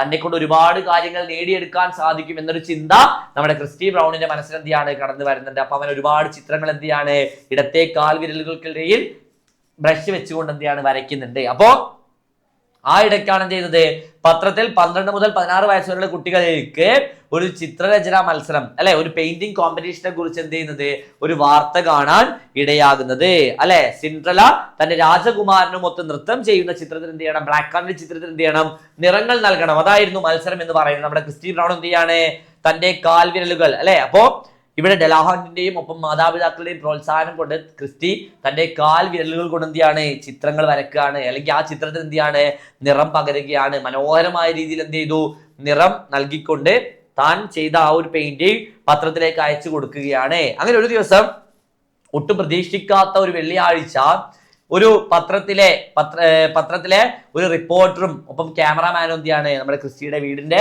കഥകളിൽ കൊട്ടുകയാണ്. അങ്ങനെ ക്രിസ്റ്റിയെ കുറിച്ചും ക്രിസ്റ്റിയുടെ ആ ഒരു കഴിവിനെ കുറിച്ചും എന്തിയാണ്, ഒരു ഇന്റർവ്യൂ, ഒരു അഭിമുഖം എന്തിയാണ് ആ പത്രത്തിലെ ആളുകൾ നടത്തുകയാണ്.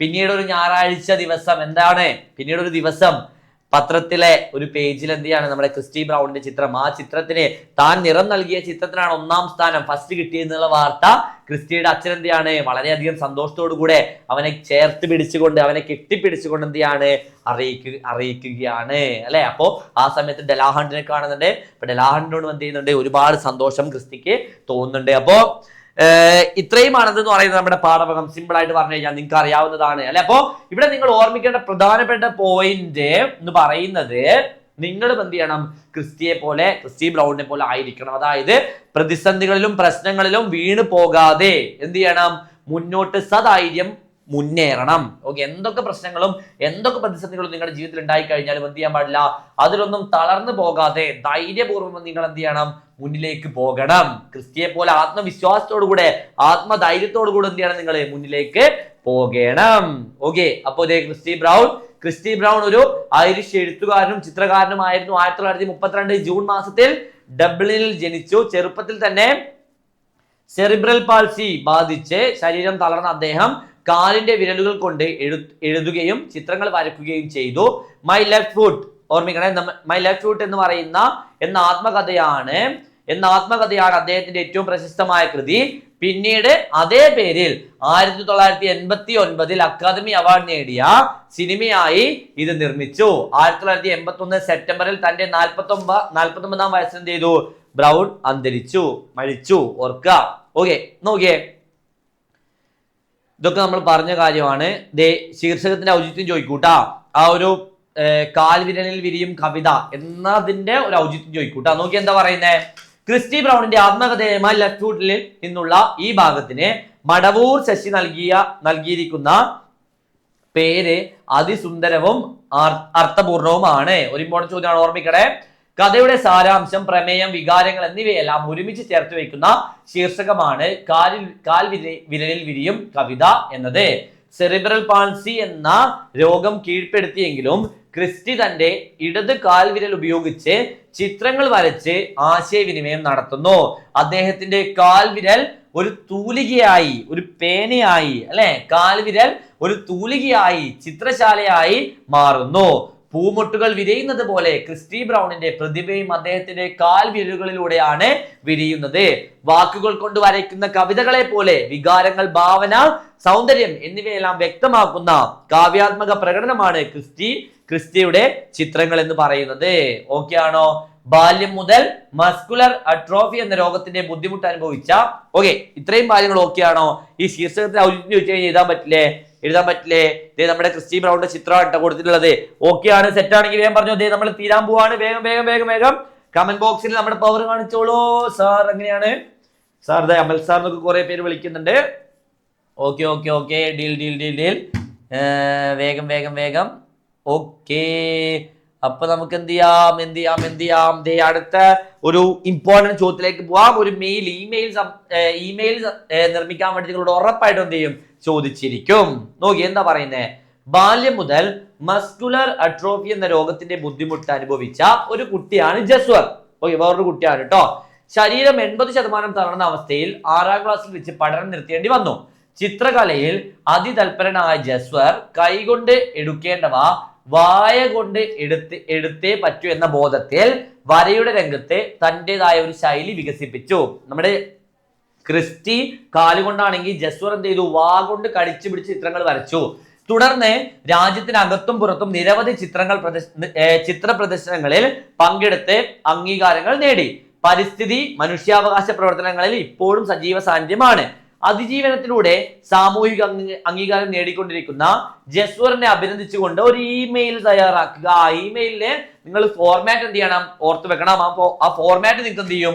മാർക്ക് കിട്ടൂട്ടാ. നോക്കിയേ, ദേ ഇമെയിൽ എപ്പോഴും തയ്യാറാക്കുമ്പോൾ നിങ്ങൾ എന്ത് ചെയ്യുക? ആദ്യം ഒരു ബോക്സ് വരയ്ക്കുക. ഓക്കെ, ആദ്യം ഒരു ബോക്സ് വരയ്ക്കുക. ഉണ്ട് ഫ്രം. ഓക്കെ, ഫ്രം എന്ന് എഴുതുമ്പോൾ നിങ്ങൾ എന്ത് ചെയ്യണം? ഈ രീതിയിൽ @gmail.com എന്ന രീതിയിൽ എന്ത് ചെയ്യണം? എഴുതണം. ഇപ്പൊ സാറിന്റെ ജിമെയിൽ ആണെങ്കിൽ നോക്കി, സാറാണ് മെയിൽ അയക്കുന്നത്, നോക്കി എന്താ ഫ്രം എന്ന് എഴുതി amalkv@gmail.com അല്ലെ. പിന്നെയോ ടു, ആർക്കാണോ കത്ത് അയക്കുന്നത് അല്ലെങ്കിൽ ആർക്കാണോ മെയിൽ അയക്കുന്നത് അവരുടെ പേര് എന്താ? jaswar@gmail.com. ഓക്കെ, അപ്പൊ നിങ്ങൾ ആ പേര് എഴുതുമ്പോൾ എന്ത് ചെയ്യണം? @gmail.com എഴുതണം. നമ്മുടെ മെയിൽ ഐ ഡി ആണ് കേട്ടോ. പിന്നെയോ സബ്ജക്ട്. ഓക്കെ, ഇതുപോലെ തന്നെ എഴുതണം. സബ്ജക്ട് എന്ന് പറഞ്ഞാൽ എന്ത് ചെയ്യണം? അഭിനന്ദനങ്ങൾ ജസ്വർ. നിങ്ങൾക്ക് എന്താണോ പരീക്ഷയ്ക്ക് സബ്ജക്ട് എഴുതുന്നത് ആ രീതിയിൽ സബ്ജക്ട് എന്ത് ചെയ്യാം? എഴുതാം. പിന്നെ പ്രിയ ജസ്വർ, നമ്മൾ കത്തൊക്കെ എഴുതുന്ന പോലെ പ്രിയപ്പെട്ട ജസ്വർ, നമ്മൾ ഒരു ഫ്രണ്ടിനാണല്ലോ എഴുതുന്നത്. അപ്പോ പ്രിയ ജസ്വർ, ഞങ്ങൾക്കെല്ലാം വളരെ വലിയ പ്രചോദനമാണ് നിങ്ങളുടെ ജീവിതം. ബാല്യം മുതൽ മസ്കുലർ അട്രോഫി എന്ന രോഗത്തിന്റെ ബുദ്ധിമുട്ടുകൾ അനുഭവിച്ചിട്ടും നിങ്ങൾ ഒരിക്കലും പ്രതീക്ഷ കൈവിട്ടില്ല എന്നത് അഭിനന്ദനാർഹമാണ്. 6ാം ക്ലാസ്സിൽ വെച്ച് പഠനം നിർത്തേണ്ടി വന്നെങ്കിലും നിങ്ങളുടെ കലാവാസനയെ നിങ്ങൾ ഉപേക്ഷിച്ചില്ല. വായ കൊണ്ട് ബ്രഷ് പിടിച്ച് വരയ്ക്കുക എന്ന വെല്ലുവിളിയെ നിങ്ങൾ അതിജീവിച്ചു. നിങ്ങളുടേതായ ഒരു ശൈലി വികസിപ്പിച്ചെടുത്തു. അപൂർവം ആളുകൾക്ക് മാത്രം കഴിയുന്ന നേട്ടമാണ് ഇത്. നിങ്ങളുടെ അതിജീവന മനോഭാവവും കലാവാസനയും സമൂഹത്തിന് മുഴുവൻ ഒരു മാതൃകയാണ്. ഭാവിയിൽ നിങ്ങൾ കൂടുതൽ ഉയരങ്ങൾ കീഴടക്കട്ടെ എന്ന് ആശംസിക്കുന്നു. ആശംസകളോടെ അമൽ. ഇത്രയും എഴുതി കഴിഞ്ഞ് എന്ത് ചെയ്തു? നിങ്ങളുടെ മെയില് അടിപൊളിയായി കഴിഞ്ഞു എന്നാണ് അർത്ഥം. എഴുതാൻ പറ്റില്ലേ? ജിമെയിൽ ചോദിച്ചാൽ എഴുതാൻ പറ്റില്ലേ? മെയിൽ അയക്കുക എന്ന് വെച്ച് കഴിഞ്ഞാൽ എഴുതാൻ പറ്റില്ലേ? ഓക്കെ പറ്റും എന്ന് പറയുന്നുണ്ട്. ഈ രീതിയിൽ വേണം നിങ്ങൾ എഴുതാൻ വേണ്ടിയിട്ട്. ഓക്കെ എന്ന് വിചാരിക്കുന്നു. ഓക്കെ. ഒരു ചോദ്യം നോക്കിയേ. ഒരു ഇമ്പോർട്ടന്റ് ചോദ്യമാണ്. ഒരു ഇമ്പോർട്ടന്റ് പരീക്ഷയ്ക്ക് വന്നിട്ടുള്ള ചോദ്യമാണ്. നോക്ക്. എടാ നീ നേടി നോക്ക്. ക്രിസ്റ്റിയുടെ അച്ഛന്റെ വാക്കുകളാണ് ഇവ. പരിമിതികളിൽ നിന്ന് സാധ്യതകളിലേക്ക് ഉയർന്നു വന്ന കലാകാരനാണ് ക്രിസ്റ്റി. അല്ലെ, ഒരുപാട് പരിമിതികൾ, ഒരുപാട് ലിമിറ്റേഷൻ ആർക്കുണ്ടായിരുന്നു? നമ്മുടെ ക്രിസ്റ്റി ബ്രൗണിനുണ്ട്. അറിയാവുന്ന കാര്യമാണ്. അദ്ദേഹത്തിന്റെ ജീവിതം എങ്ങനെയെല്ലാമാണ് നമുക്ക് പ്രചോദനമായി തീർന്നത് ചർച്ച ചെയ്ത് കുറിപ്പ് തയ്യാറാക്കുക. ഉറപ്പായിട്ട് എഴുതാൻ പറ്റില്ലേ? നോക്കി എന്താ? ക്രിസ്റ്റി ബ്രൗണിന്റെ ജീവിതകഥ നമുക്കെല്ലാം പ്രചോദനം തരുന്നതാണ്. പരിമിതികൾ, ഇതൊരു ഇമ്പോർട്ടന്റ് ചോദ്യമാണ്. പരിമിതികളിൽ നിന്ന് വിജയം കൈവരിച്ച ഒരുപാട് പേർ നമുക്ക് ചുറ്റുമുണ്ട്. എന്നാൽ എല്ലാം ഉണ്ടായിട്ടും നാം നമ്മെ തിരിച്ചറിയാത്ത അവസ്ഥയിലുള്ളവരും ഉണ്ട്.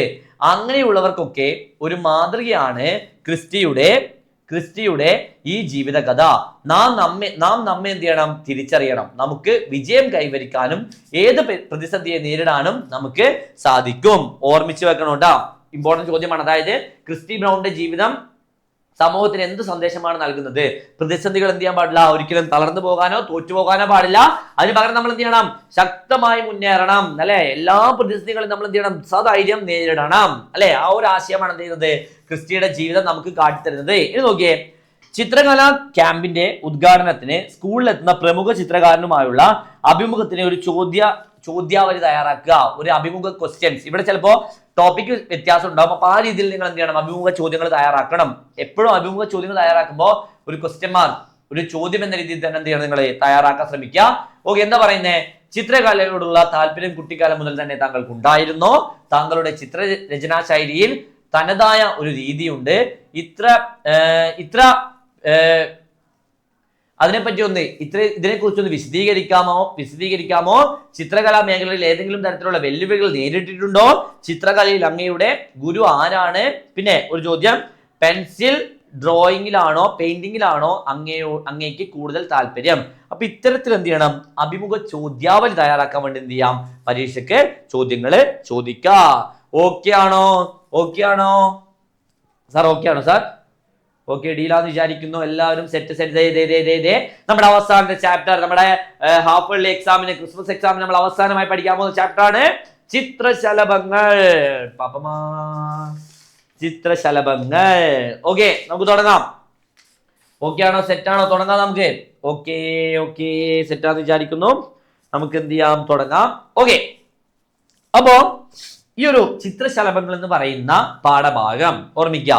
ചിത്രശലഭത്തെ മുൻനിർത്തി നമ്മുടെ കല, ഓക്കെ, നമ്മുടെ കലാബോധം, നമ്മുടെ ക്രിയേറ്റിവിറ്റി, നമ്മുടെ സർഗബോധം, ആ കലയുടെ ഉത്ഭവവും വികസനവും നിത്യജീവിതത്തിലെ അതിന്റെ സ്വാധീനവും കവിത എന്ത് ചെയ്യുന്നുണ്ട്, പറഞ്ഞു തരുന്നത്. അതായത് ഇവിടെ ഈ ഒരു കവിതയില് ചിത്രശലഭത്തിലൂടെ എസ് ജോസഫിന്റെ ഈ ഒരു കവിതയില് ചിത്രശലഭം, നമുക്കറിയാം പൂമ്പാറ്റകൾ, ബട്ടർഫ്ലൈസ് അല്ലെ, ആ ചിത്രശലഭങ്ങളിലൂടെ കലയെക്കുറിച്ച്, ഓക്കെ, ആ കലയെക്കുറിച്ചും അതിന്റെ വികസനത്തെ കുറിച്ചുമാണ് എന്ത് ചെയ്യുന്നത്, കവി പറഞ്ഞു വെക്കുന്നത്. നമുക്ക് നോക്കാം, കവിത വായിച്ചു നോക്കാം. എന്താ പറയുന്നത്? ചിത്രശലഭങ്ങൾ രണ്ട് കൈയിലും ചിത്രങ്ങൾ പിടിച്ച് പറന്നു നടക്കുന്ന ചിത്രകാരന്മാരും ചിത്രകാരികളുമാണ് ചിത്രശലഭങ്ങൾ. അല്ലെ, എന്താ, രണ്ട് കൈയിലും ചിത്രങ്ങൾ, വളരെ മനോഹരമായിട്ടുള്ള ചിത്രങ്ങൾ വെച്ചുകൊണ്ട് ആ ചിത്രങ്ങൾ കൊണ്ട് പറന്നു നടക്കുന്ന ആളുകളാണ് ആരെന്ന് പറയുന്നത്, ചിത്രശലഭങ്ങൾ എന്ന് പറയുന്നത്. രണ്ട് കൈയിലും ചിത്രങ്ങൾ പിടിച്ച് പറന്നു നടക്കുന്ന ചിത്രകാരന്മാരും ചിത്രകാരികളുമാണ് ചിത്രശലഭങ്ങൾ. ഭൂമിയിൽ ചിത്രങ്ങളില്ലാതിരുന്ന കാലത്തെ അവ ആളുകളെ ചിത്രം കൊണ്ട് നടന്ന് കാണിച്ചു. അല്ലെ, അതായത് ഭൂമിയിലെ ചിത്രം വര ആരംഭിക്കുന്നതിന് മുമ്പ് തന്നെ ആരുണ്ടായിരുന്നു? പൂമ്പാറ്റകൾ, ബട്ടർഫ്ലൈസ് അല്ലെ, നമ്മുടെ ചിത്രശലഭങ്ങൾ ഉണ്ടായിരുന്നു. അതെന്ത് ചെയ്തു? ആളുകളെ പറന്ന് നടന്ന് ചിത്രങ്ങൾ കാണിച്ചു എന്ന് പറയുകയാണ്. അതായത് ഇവിടെ ഉദ്ദേശിക്കുന്നത് പ്രകൃതി, ഓക്കെ, പ്രകൃതിയാണ് ആദ്യത്തെ ചിത്രകാരൻ എന്നാണ്, അല്ലെങ്കിൽ പ്രകൃതിയാണ് ആദ്യത്തെ കലാകാരൻ നമുക്ക് എന്ത് ചെയ്യാൻ പറ്റും, ഇവിടെ പറയാൻ പറ്റും. അല്ലെ, പിന്നീട് ഗുഹാചിത്രങ്ങളും ചുമർ ചിത്രങ്ങളും ക്യാൻവാസ് ചിത്രങ്ങളും വന്നു. അപ്പൊ എന്താ, ആദ്യത്തെ കലാകാരൻ, ആദ്യത്തെ കല എന്ന് പറയുന്നത് എവിടെയാണ്? പ്രകൃതിയിലാണ്. അതിനുശേഷമാണ് ഗുഹാചിത്രങ്ങളും, അതിനുശേഷമാണ് ചുമർ ചിത്രങ്ങളും, അതിനുശേഷമാണ് ക്യാൻവാസിലെ ചിത്രങ്ങളൊക്കെ എന്ത് ചെയ്യുന്നത്, കടന്നു വരുന്നത്. പിന്നെയോ അല്പായുസുകളായ ചിത്രശലഭങ്ങൾ ചിത്രങ്ങളുമായി പറന്നു നടന്നു. പക്ഷെ അല്പായുസ് മാത്രമേ ഉള്ളൂ. അല്ലെ, ചിത്രശലഭങ്ങൾ കുറെ വർഷമൊക്കെ ജീവിക്കോ? ഇല്ല, കുറച്ച് ദിവസങ്ങൾ മാത്രമേ ആർക്ക് ആയുസുള്ളൂ? ചിത്രശലഭങ്ങൾക്ക് ആയുസുള്ളൂ എന്ന് പറയാണ്. പിന്നെയോ ദേ ഇവിടെ ഒരു ഇമ്പോർട്ടന്റ് വരി വരുന്നുണ്ട്, ഓർത്ത് വെക്കോ, ഒരു ഇമ്പോർട്ടന്റ് ലൈൻസ് ആണ് കേട്ടോ. നോക്കണേ, എന്താ പറയുന്നേ? പുഴുക്കളായി കഴിഞ്ഞ കാലത്ത് അവ കയ്യിൽ ചിത്രങ്ങളില്ലാതെ കഴിഞ്ഞു. പുഴുക്കളുമാണ്, ചിത്രച്ചിറകുകളുമാണ്. വൈരൂപ്യവും സൗന്ദര്യവും കൂട്ടിക്കെട്ടി വൈരൂപ്യത്തെയും സൗന്ദര്യമാക്കുന്നവരുമാണ്. നോക്കി എന്താ പറയുന്നേ? പുഴുക്കളായി കഴിഞ്ഞ കാലത്ത് അവ കയ്യിൽ ചിത്രങ്ങളില്ലാതെ കഴിഞ്ഞു. നമുക്കറിയാം, പൂമ്പാറ്റ ജനിക്കുമ്പോ, ഓക്കെ, പൂമ്പാറ്റ ആദ്യം തന്നെ പൂമ്പാറ്റയായിട്ടാണ് വരിക? അല്ല, പൂമ്പാറ്റ ആദ്യം ഒരു കുഞ്ഞു പുഴുവായിരിക്കും. അല്ലെ, കുഞ്ഞിപ്പുഴുവായിരിക്കും. ഇതുപോലത്തെ ഒരു രീതിയിലുള്ള ഒരു പുഴുവായിരിക്കും എന്ന് പറയുന്നത് പൂമ്പാറ്റ എന്ന് പറയുന്നത്. അല്ലെ, അപ്പോ ഇങ്ങനെയുള്ള പുഴുവിനാണെങ്കിൽ ശ്രദ്ധിക്കോ, മൈൻഡ് ചെയ്യോ? ഇല്ല. പക്ഷേ നോക്കണേ, പുഴുക്കളായി കഴിഞ്ഞ കാലത്ത് അവ കയ്യിൽ ചിത്രങ്ങളില്ലാതെ കഴിഞ്ഞു.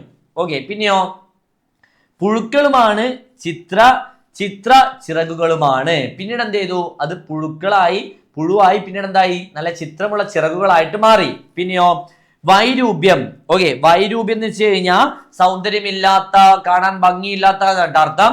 വൈരൂപ്യവും സൗന്ദര്യവും കൂട്ടിക്കെട്ടി വൈരൂപ്യത്തെയും സൗന്ദര്യമാക്കുന്നവരുമാണ് ആരെന്ന് പറയുന്നത്? ചിത്രശലഭങ്ങൾ എന്ന് പറയുന്നത്. അതായത് സിമ്പിൾ ആണ്, നിങ്ങളൊന്ന് ഓർമ്മിക്കാം. പൂമ്പാറ്റ, അല്ലെ, ഈ പുഴു എന്ന് പറഞ്ഞാൽ എന്താണ്? വൈരൂപ്യമാണ്. യഥാർത്ഥത്തിൽ വൈരൂപ്യം കാണാൻ ഭംഗിയില്ലാത്തൊന്നും അല്ല, പക്ഷെ എന്നാൽ പോലും എന്താണ്, അത്ര വലിയ ഭംഗിയൊന്നും ഇല്ലാത്തതാണ് നമ്മുടെ പുഴു എന്ന് പറയുന്നത്. പക്ഷേ ഈ പുഴുയുടെ മുകളില് ഇതുപോലത്തെ മനോഹരമായിട്ടുള്ള ചിറകുകൾ വന്നു കഴിഞ്ഞാൽ, ഓക്കെ, ചിറകുകൾ വന്നു കഴിഞ്ഞാൽ മനോഹരമായിട്ടുള്ള ഭംഗിയും സൗന്ദര്യവും പിന്നെ ഈ വൈരൂപ്യവും ചേർന്ന ഭംഗിയാണ് ആരുടെ എന്ന് പറയുന്നത്? പൂമ്പാറ്റകളുടെ എന്ന് പറയുന്നത്. പക്ഷേ നമ്മൾ ആരും എന്ത് ചെയ്യാറില്ല? പൂമ്പാറ്റകളുടെ ഈ വൈരൂപ്യത്തെ, സൗന്ദര്യമില്ലാത്ത ആ ഒരു സെൻട്രൽ ഭാഗത്ത് നമ്മൾ ശ്രദ്ധിക്കാറില്ല അല്ലെ. നമ്മൾ എന്താ ശ്രദ്ധിക്കുക, നമ്മൾ ആ മനോഹരമായിട്ടുള്ള ഭംഗിയെ, ആ ചിറകടി ശബ്ദത്തെ അല്ലെങ്കിൽ ആ ചിറകടിയുടെ ഭംഗിയെ നമ്മൾ എന്ത് ചെയ്യുക, ശ്രദ്ധിക്കുക അല്ലെ. അപ്പൊ എന്താ ഇവിടെ ഉദ്ദേശിക്കുന്നത്, വൈരൂപ്യത്തെ, സൗന്ദര്യമില്ലാത്തൊരവസ്ഥയെ സൗന്ദര്യം കൊണ്ട് മറയ്ക്കുകയാണ് ചെയ്യുന്നത് അല്ലെ. ഒന്ന് ആലോചിച്ച് നോക്കിയേ, നമ്മൾ ആരെങ്കിലും പൂമ്പാറ്റ കാണുമ്പോൾ അയ്യോ നടുവില് രസമില്ലാത്ത പുഴുണ്ട് എന്നാണ് പറയാ, അല്ല, അതിന്റെ ഭംഗി, അതിന്റെ ആ ഒരു ചിറകിന്റെ ഭംഗിയാണ് നമ്മൾ എന്ത് ചെയ്യുക, കൂടുതൽ പറയാം. അപ്പോ ആ ഭംഗി ഇല്ലാത്തതിനെ ഭംഗി കൊണ്ട് എന്ത് ചെയ്യാണ്, മറക്കുന്നവരാണ് പൂമ്പാറ്റകൾ എന്ന് കവി പറയാണ്. പിന്നെയോ, പറന്നു നടക്കുന്ന ചിത്രശലഭങ്ങൾക്ക് പിമ്പേ മനുഷ്യരുടെ ബാല്യകാലം 2 ചിത്രങ്ങളും പിടിച്ചുകൊണ്ട് പറക്കുന്നു അല്ലെ. നോക്കിയേ, പറന്നു നടക്കുന്ന ചിത്രശലഭങ്ങൾക്ക് പിമ്പേ, അതായത് പിന്നില് നമ്മളെ മനുഷ്യർ എന്ത് ചെയ്യുന്നുണ്ട്, സഞ്ചരിക്കുന്നുണ്ട്. മനുഷ്യർ എങ്ങനെയാ സഞ്ചരിക്കുന്നത്, 2 ചിത്രങ്ങളും പിടിച്ചുകൊണ്ട് പറക്കുന്നു. മനുഷ്യർ വലുതാകുമ്പോൾ ചിറകുകൾ കൊഴിയുന്നു, ശേഷം പുഴുവായി ഇഴഞ്ഞ് നടക്കുന്നു. ഓക്കെ, അതായത് പൂമ്പാറ്റകളുടെ ജീവിതം ശ്രദ്ധിക്കുക, എല്ലാവരും ശ്രദ്ധിച്ചിരുന്നോ, മനസ്സിലാവില്ലേ. പൂമ്പാറ്റകളുടെ ജീവിതം എന്ന് വെച്ച് കഴിഞ്ഞാല് വൈരൂപ്യമായ പുഴുവിൽ നിന്ന് പിന്നീട് കാലം കഴിയുമ്പോൾ, ദിവസങ്ങൾ കഴിയുമ്പോൾ എന്തായിട്ട് മാറുകയാണ്, മനോഹരമായിട്ടുള്ള ചിത്രശലഭമായിട്ട് മാറുകയാണ് അല്ലെ. പക്ഷെ മനുഷ്യന്റെ കാര്യം നേരെ തിരിച്ചാ. അതായത് മനുഷ്യർ കുഞ്ഞായിരിക്കുമ്പോ, നമ്മളെല്ലാവരും കുട്ടിയായിരിക്കുമ്പോൾ നമ്മൾ എന്തായിരിക്കും, വളരെയധികം നിഷ്കളങ്കരായിരിക്കും അല്ലെ. നമ്മുടെ മനസ്സിൽ എന്തുണ്ട്, ഭയങ്കരമായിട്ടുള്ള ഭംഗിയുണ്ട്. പക്ഷെ നമ്മൾ വലുതാകും തോറും, മനുഷ്യൻ വലുതാകും തോറും നമ്മുടെ മനസ്സിലേക്ക് എന്ത് ചെയ്യും, ദുഷ്ടചിന്തകളും ദുഷ്ടപ്രവണതകളും മോശമായിട്ടുള്ള കാര്യങ്ങളൊക്കെ എന്ത് ചെയ്യും, കടന്നു വന്നിട്ട് നമ്മള് സൗന്ദര്യമില്ലാത്ത ഒരു പുഴുവിനെ പോലെ ആയിട്ട് എന്ത് ചെയ്യാണ്, മാറുകയാണ് അല്ലെ. അതാണ് എന്ത് ചെയ്യുന്നത്, അവസാനം പറയുന്നത്, മനുഷ്യർ വലുതാകുമ്പോൾ ചിറകുകൾ കൊഴിയുന്നു, ശേഷം പുഴുവായി ഇഴഞ്ഞ് നടക്കുന്നു. പുഴുവായി ഇഴഞ്ഞ് നടക്കാൻ ഉദ്ദേശിക്കുന്നത് എന്താണ്, നമ്മൾ കുട്ടിയായിരിക്കും, നമ്മുടെ മനസ്സിൽ ഒരുപാട് നന്മകൾ ഉണ്ടാവും, വലുതാകുമ്പോൾ ആ നന്മകളൊക്കെ പോയിട്ട് നമ്മൾ എന്താവും, വെറും ഒരു പുഴുവായിട്ട് മാറും. നമ്മുടെ മനസ്സിൽ എന്ത് ചെയ്യും, ദുഷ്ടചിന്തകളൊക്കെ വരും. കുട്ടികൾ അങ്ങനെയാണോ, കുട്ടികളുടെ മനസ്സെന്താണ്, നിഷ്കളങ്കമാണ് അല്ലേ, അല്ലേ, സിമ്പിൾ ആണ് അല്ലേ. ഓക്കെ എന്ന് വിചാരിക്കുന്നു, വേഗം പറഞ്ഞു. ഓക്കെ ആണെങ്കിൽ കമന്റ് ബോക്സിൽ പറഞ്ഞോ, ഓക്കെ ഓക്കെ എന്ന് വിചാരിക്കുന്നു. സെറ്റ്. നോക്കിയേ, ചോദ്യങ്ങൾ നോക്കിയേ. ചിത്രശലഭങ്ങൾ എന്ന് പറയുന്ന കവിതയെ പറ്റി എസ് ജോസഫ് എന്താ പറയുന്നത്, എനിക്ക് കവിതയും ചിത്രകലയും ഒരുപോലെ പ്രിയങ്കരമാണ്. മനുഷ്യരിൽ വർണ്ണബോധം സൃഷ്ടിച്ചതിൽ ചിത്രശലഭങ്ങൾക്ക് പ്രധാന ഒരു പങ്കുണ്ട് എന്ന് ഞാൻ ചിന്തിച്ചു. അതിന്റെ ഫലമാണ് ഈ കവിത. വൈരൂപ്യം, അതായത് സൗന്ദര്യമില്ലാത്തൊരവസ്ഥ, വൈരൂപ്യവും സൗന്ദര്യവും തമ്മിലുള്ള വൈരുദ്ധ്യം, വ്യത്യാസം എന്റെ കവിതകളിൽ ഒരു വിഷയമാണ്. വൈരുദ്ധ്യമല്ല, പരസ്പര ബന്ധമാണ് അവ തമ്മിലുള്ളത്. ഇന്നത്തെ വൈരൂപ്യം നാളത്തെ സൗന്ദര്യമാണ്. നേരെ തിരിച്ചും, ബാല്യകാലം വർണ്ണ മനോഹരവും സങ്കല്പ ഭാസുരവുമാണ്. പിന്നെയോ, നിർഭാഗ്യവശാൽ മനുഷ്യർ വലുതാകുമ്പോൾ അത് നഷ്ടപ്പെടുന്നു അല്ലെ. ശൈശവത്തിന്റെ നിഷ്കളങ്കത നഷ്ടപ്പെടുമ്പോൾ സൗന്ദര്യം നഷ്ടപ്പെട്ട് വൈരൂപ്യം മാത്രമായി പുഴുവായി തീരുകയാണ് മനുഷ്യ ജീവിതം അല്ലെ. ഇതൊരു ഇമ്പോർട്ടന്റ് സാധനമാണ് പറയുന്നത്, ശ്രദ്ധിച്ചു വെക്കണേ. എന്താ, മനുഷ്യർ വലുതാകുമ്പോൾ എന്ത് സംഭവിക്കും എന്നാണ് കവി പറയുന്നത്. നോക്കിയേ, മനുഷ്യർ വലുതാകുമ്പോൾ ചിറകുകൾ കൊഴിയുകയും പിന്നീട് പുഴുവായി ഇഴഞ്ഞു നടക്കുകയും ചെയ്യുമെന്നാണ് കവി പറയുന്നത്. കലർപ്പില്ലാത്ത സ്നേഹത്തിന്റെയും മാനവികതയുടെയും മൂർത്ത രൂപമാണ് കുട്ടികൾ അല്ലെ. കുട്ടികളുടെ സ്നേഹത്തിന് കലർപ്പുണ്ടോ, നിങ്ങളുടെ സ്നേഹത്തിന് കളർപ്പുണ്ടോ, ഇല്ല. പക്ഷെ നമ്മൾ വലുതാവുമ്പോൾ എന്ത് ചെയ്യും, ആ സ്നേഹം കുറഞ്ഞു വരും അല്ലെ. അപ്പോ ആ കലർപ്പില്ലായ്മയിൽ നിന്നാണ് കുട്ടികൾ കലയുടെ ശുദ്ധിയും വർണ്ണച്ചിറകുകളും ലഭിക്കുന്നത്. കുട്ടിത്തം നഷ്ടമാകുന്നതോടെ നമ്മുടെ മനസ്സിൽ എന്ത് ചെയ്യും, മോശമായിട്ടുള്ള കാര്യങ്ങൾ വരും. കുട്ടിത്തം നഷ്ടമാകുന്നതോടെ മനുഷ്യന് മാനവികതയുടെ ചിറകുകൾ നഷ്ടമാകുന്നു എന്ന് എന്ത് ചെയ്യുന്നുണ്ട്, കവി കരുതുന്നു. അടുത്തൊരു ഇമ്പോർട്ടന്റ് ചോദ്യമാണ്, ഇതൊക്കെ ഇമ്പോർട്ടന്റ് ആണ്, ഓർത്തു വെക്കണം. എന്താ പറയുന്നത്, വൈരൂപ്യവും സൗന്ദര്യവും കൂട്ടിക്കെട്ടിയതാണ് ചിത്രശലഭങ്ങളുടെ ജീവിതം. ഇതുകൊണ്ട് എന്താണ് അർത്ഥമാക്കുന്നത് നോക്കിയേ. ചിത്രശലഭങ്ങൾ ചിറകുകളും ചിത്രങ്ങളും ഏന്തിയ സുന്ദരന്മാരായ അല്ല ജന്മം കൊള്ളുന്നത്. പൂമ്പാറ്റ ജനിക്കുമ്പോൾ എങ്ങനെയാണ്, ഒരു പുഴുവാണ് അല്ലെ. പിന്നെയോ, ജനിക്കുമ്പോൾ ഒട്ടും ആകർഷണീയമല്ലാത്ത പുഴു എന്ന അവസ്ഥയിൽ നിന്നാണ് ചിത്രശലഭം എന്ന സുന്ദരമായ ജീവിയിലേക്ക് അവ രൂപപ്പെടുന്നത്. അവയുടെ സുന്ദരമായ ചിറകുകൾക്കിടയിൽ ആ പഴയ ശരീരം എന്ത് ചെയ്യുന്നുണ്ട്, ഇപ്പോഴും ഒളിഞ്ഞിരിപ്പുണ്ട്. പക്ഷേ സുന്ദരമായ ചിറകുകളല്ലാതെ ആരും അത് ശ്രദ്ധിക്കാറില്ല. നമ്മൾ ശ്രദ്ധിക്കോ, പൂമ്പാറ്റ നടു പുഴുണ്ടെന്ന് പറയോ, ഇല്ല അല്ലെ. പിന്നെയോ, വൈരൂപ്യത്തെ സൗന്ദര്യം കൊണ്ട് കീഴടക്കുന്ന ഈ പ്രക്രിയയാണ് കവി വൈരൂപ്യവും സൗന്ദര്യവും കൂട്ടിക്കെട്ടി വൈരൂപ്യത്തെയും സൗന്ദര്യമാക്കുന്നവരാണ് പൂമ്പാറ്റകൾ എന്ന് പറയുന്നത് എന്ന വരികളിലൂടെ ചിത്രീകരിക്കുന്നത്. വൈരൂപ്യങ്ങളില്ലാത്ത കലയുടെ ലോകത്തെയാണ്. ഓക്കെ, അതായത് കല എന്ന് പറയുന്നത് എപ്പോഴും എന്താണ്? സുന്ദരമാണ്, പരിശുദ്ധമാണ്. അപ്പോ വൈരൂപ്യമില്ലാത്ത കലയുടെ ലോകത്തെയാണ് എന്ത് ചെയ്യുന്നത്? കവി ചിത്രശലഭങ്ങളിലൂടെ എന്ത് ചെയ്യുന്നത്? ചൂണ്ടി കാണിക്കുന്നത്. ഓക്കെ, അടുത്ത നോക്കിയേ. ചിത്രശലഭങ്ങളുടെ ജീവിതവും മനുഷ്യന്റെ ജീവിതവും ഒന്നു തന്നെയാണ്. ഇതിനെ സമർത്ഥിക്കാൻ കവിതയിൽ കാണുന്ന തെളിവുകൾ എന്തെല്ലാമാണ്? Important, very very very important ആണ്, നോക്കണം കേട്ടോ. എന്താ പറയുന്നത്? പരിണാമത്തിലൂടെ കടന്നു പോകുന്നവരാണ് ചിത്രശലഭങ്ങളും മനുഷ്യരും. അല്ലെ, നമ്മൾ പണ്ടിങ്ങനെയായിരുന്നോ? അല്ല, നമുക്ക് ഇങ്ങനെ ചേഞ്ചസ് വന്നാണ് എന്ത് ചെയ്തത്? നമ്മൾ ഇന്ന് കാണുന്ന രീതിയിലേക്ക് ആയിട്ടുള്ളത് മനുഷ്യര്. അപ്പോ പരിണാമത്തിലൂടെ കടന്നു പോകുന്നവരാണ് ചിത്രശലഭങ്ങളും മനുഷ്യരും. പിന്നെയോ പ്രതീകമായി മാറുകയാണ് ചിത്രശലഭങ്ങൾ ചെയ്യുന്നത്. മനുഷ്യന്റെ പരിണാമം നേരെ തിരിച്ചാണ്. കുട്ടിക്കാലത്ത് മനുഷ്യർ ചിത്രശലഭങ്ങളെ പോലെയാണ്. മനോഹരമാണ് നമ്മുടെ കുട്ടിക്കാലം എന്ന് പറയുന്നത്. മനുഷ്യരെല്ലാവരും കുഞ്ഞായിരിക്കുമ്പോൾ മനോഹരമാണ്. ആ ചിറകുകളാൽ അവർ ഭാവനയുടെ ലോകത്ത് പാറി പറന്ന് നടക്കുന്നു. എന്നാൽ കുട്ടിത്തം നഷ്ടമാകുന്നതോടെ മനുഷ്യനെ മാനവികതയുടെ ചിറകുകൾ എന്ത് ചെയ്യുന്നുണ്ട്? നഷ്ടമാകുന്നു.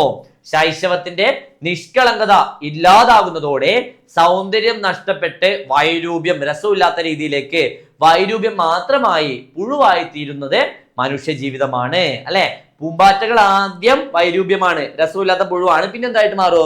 അത് മനോഹരമായിട്ടുള്ള പൂമ്പാറ്റകളായിട്ട് മാറും. പക്ഷെ മനുഷ്യൻ നേരെ ഓപ്പോസിറ്റ് ആണ്. മനുഷ്യൻ ആദ്യം കുഞ്ഞായിരിക്കുമ്പോൾ എന്താണ്? സുന്ദര പൂമ്പാറ്റകൾ പോലെ സുന്ദരം സൗന്ദര്യമുള്ളവരാണ്. പക്ഷേ പിന്നീട് എന്താവും? നമ്മൾ വലുതാവുന്നതോട് നമ്മുടെ ഉള്ളിലുള്ള ആ ഒരു നിഷ്കളങ്കതൊക്കെ നഷ്ടമായിട്ട് നമ്മൾ എന്തായിട്ട് മാറും? നമ്മളൊരു വൈരൂപ്യമായിട്ട് മാറും. അല്ലെ, നോക്കിയേ. രണ്ട് കൈയിലും ചിത്രങ്ങൾ പിടിച്ച് പറന്നു നടക്കുന്ന ചിത്രകാരന്മാരും ചിത്രകാരികളുമാണ് ചിത്രശലഭങ്ങൾ എന്ന് പറയാൻ കാരണം എന്ത്? നോക്കിയേ. പ്രകൃതിയിലെ പ്രധാന ചിത്രകാരൻ ചിത്രശലഭങ്ങളാണെന്നാണ് കവി പറയുന്നത്.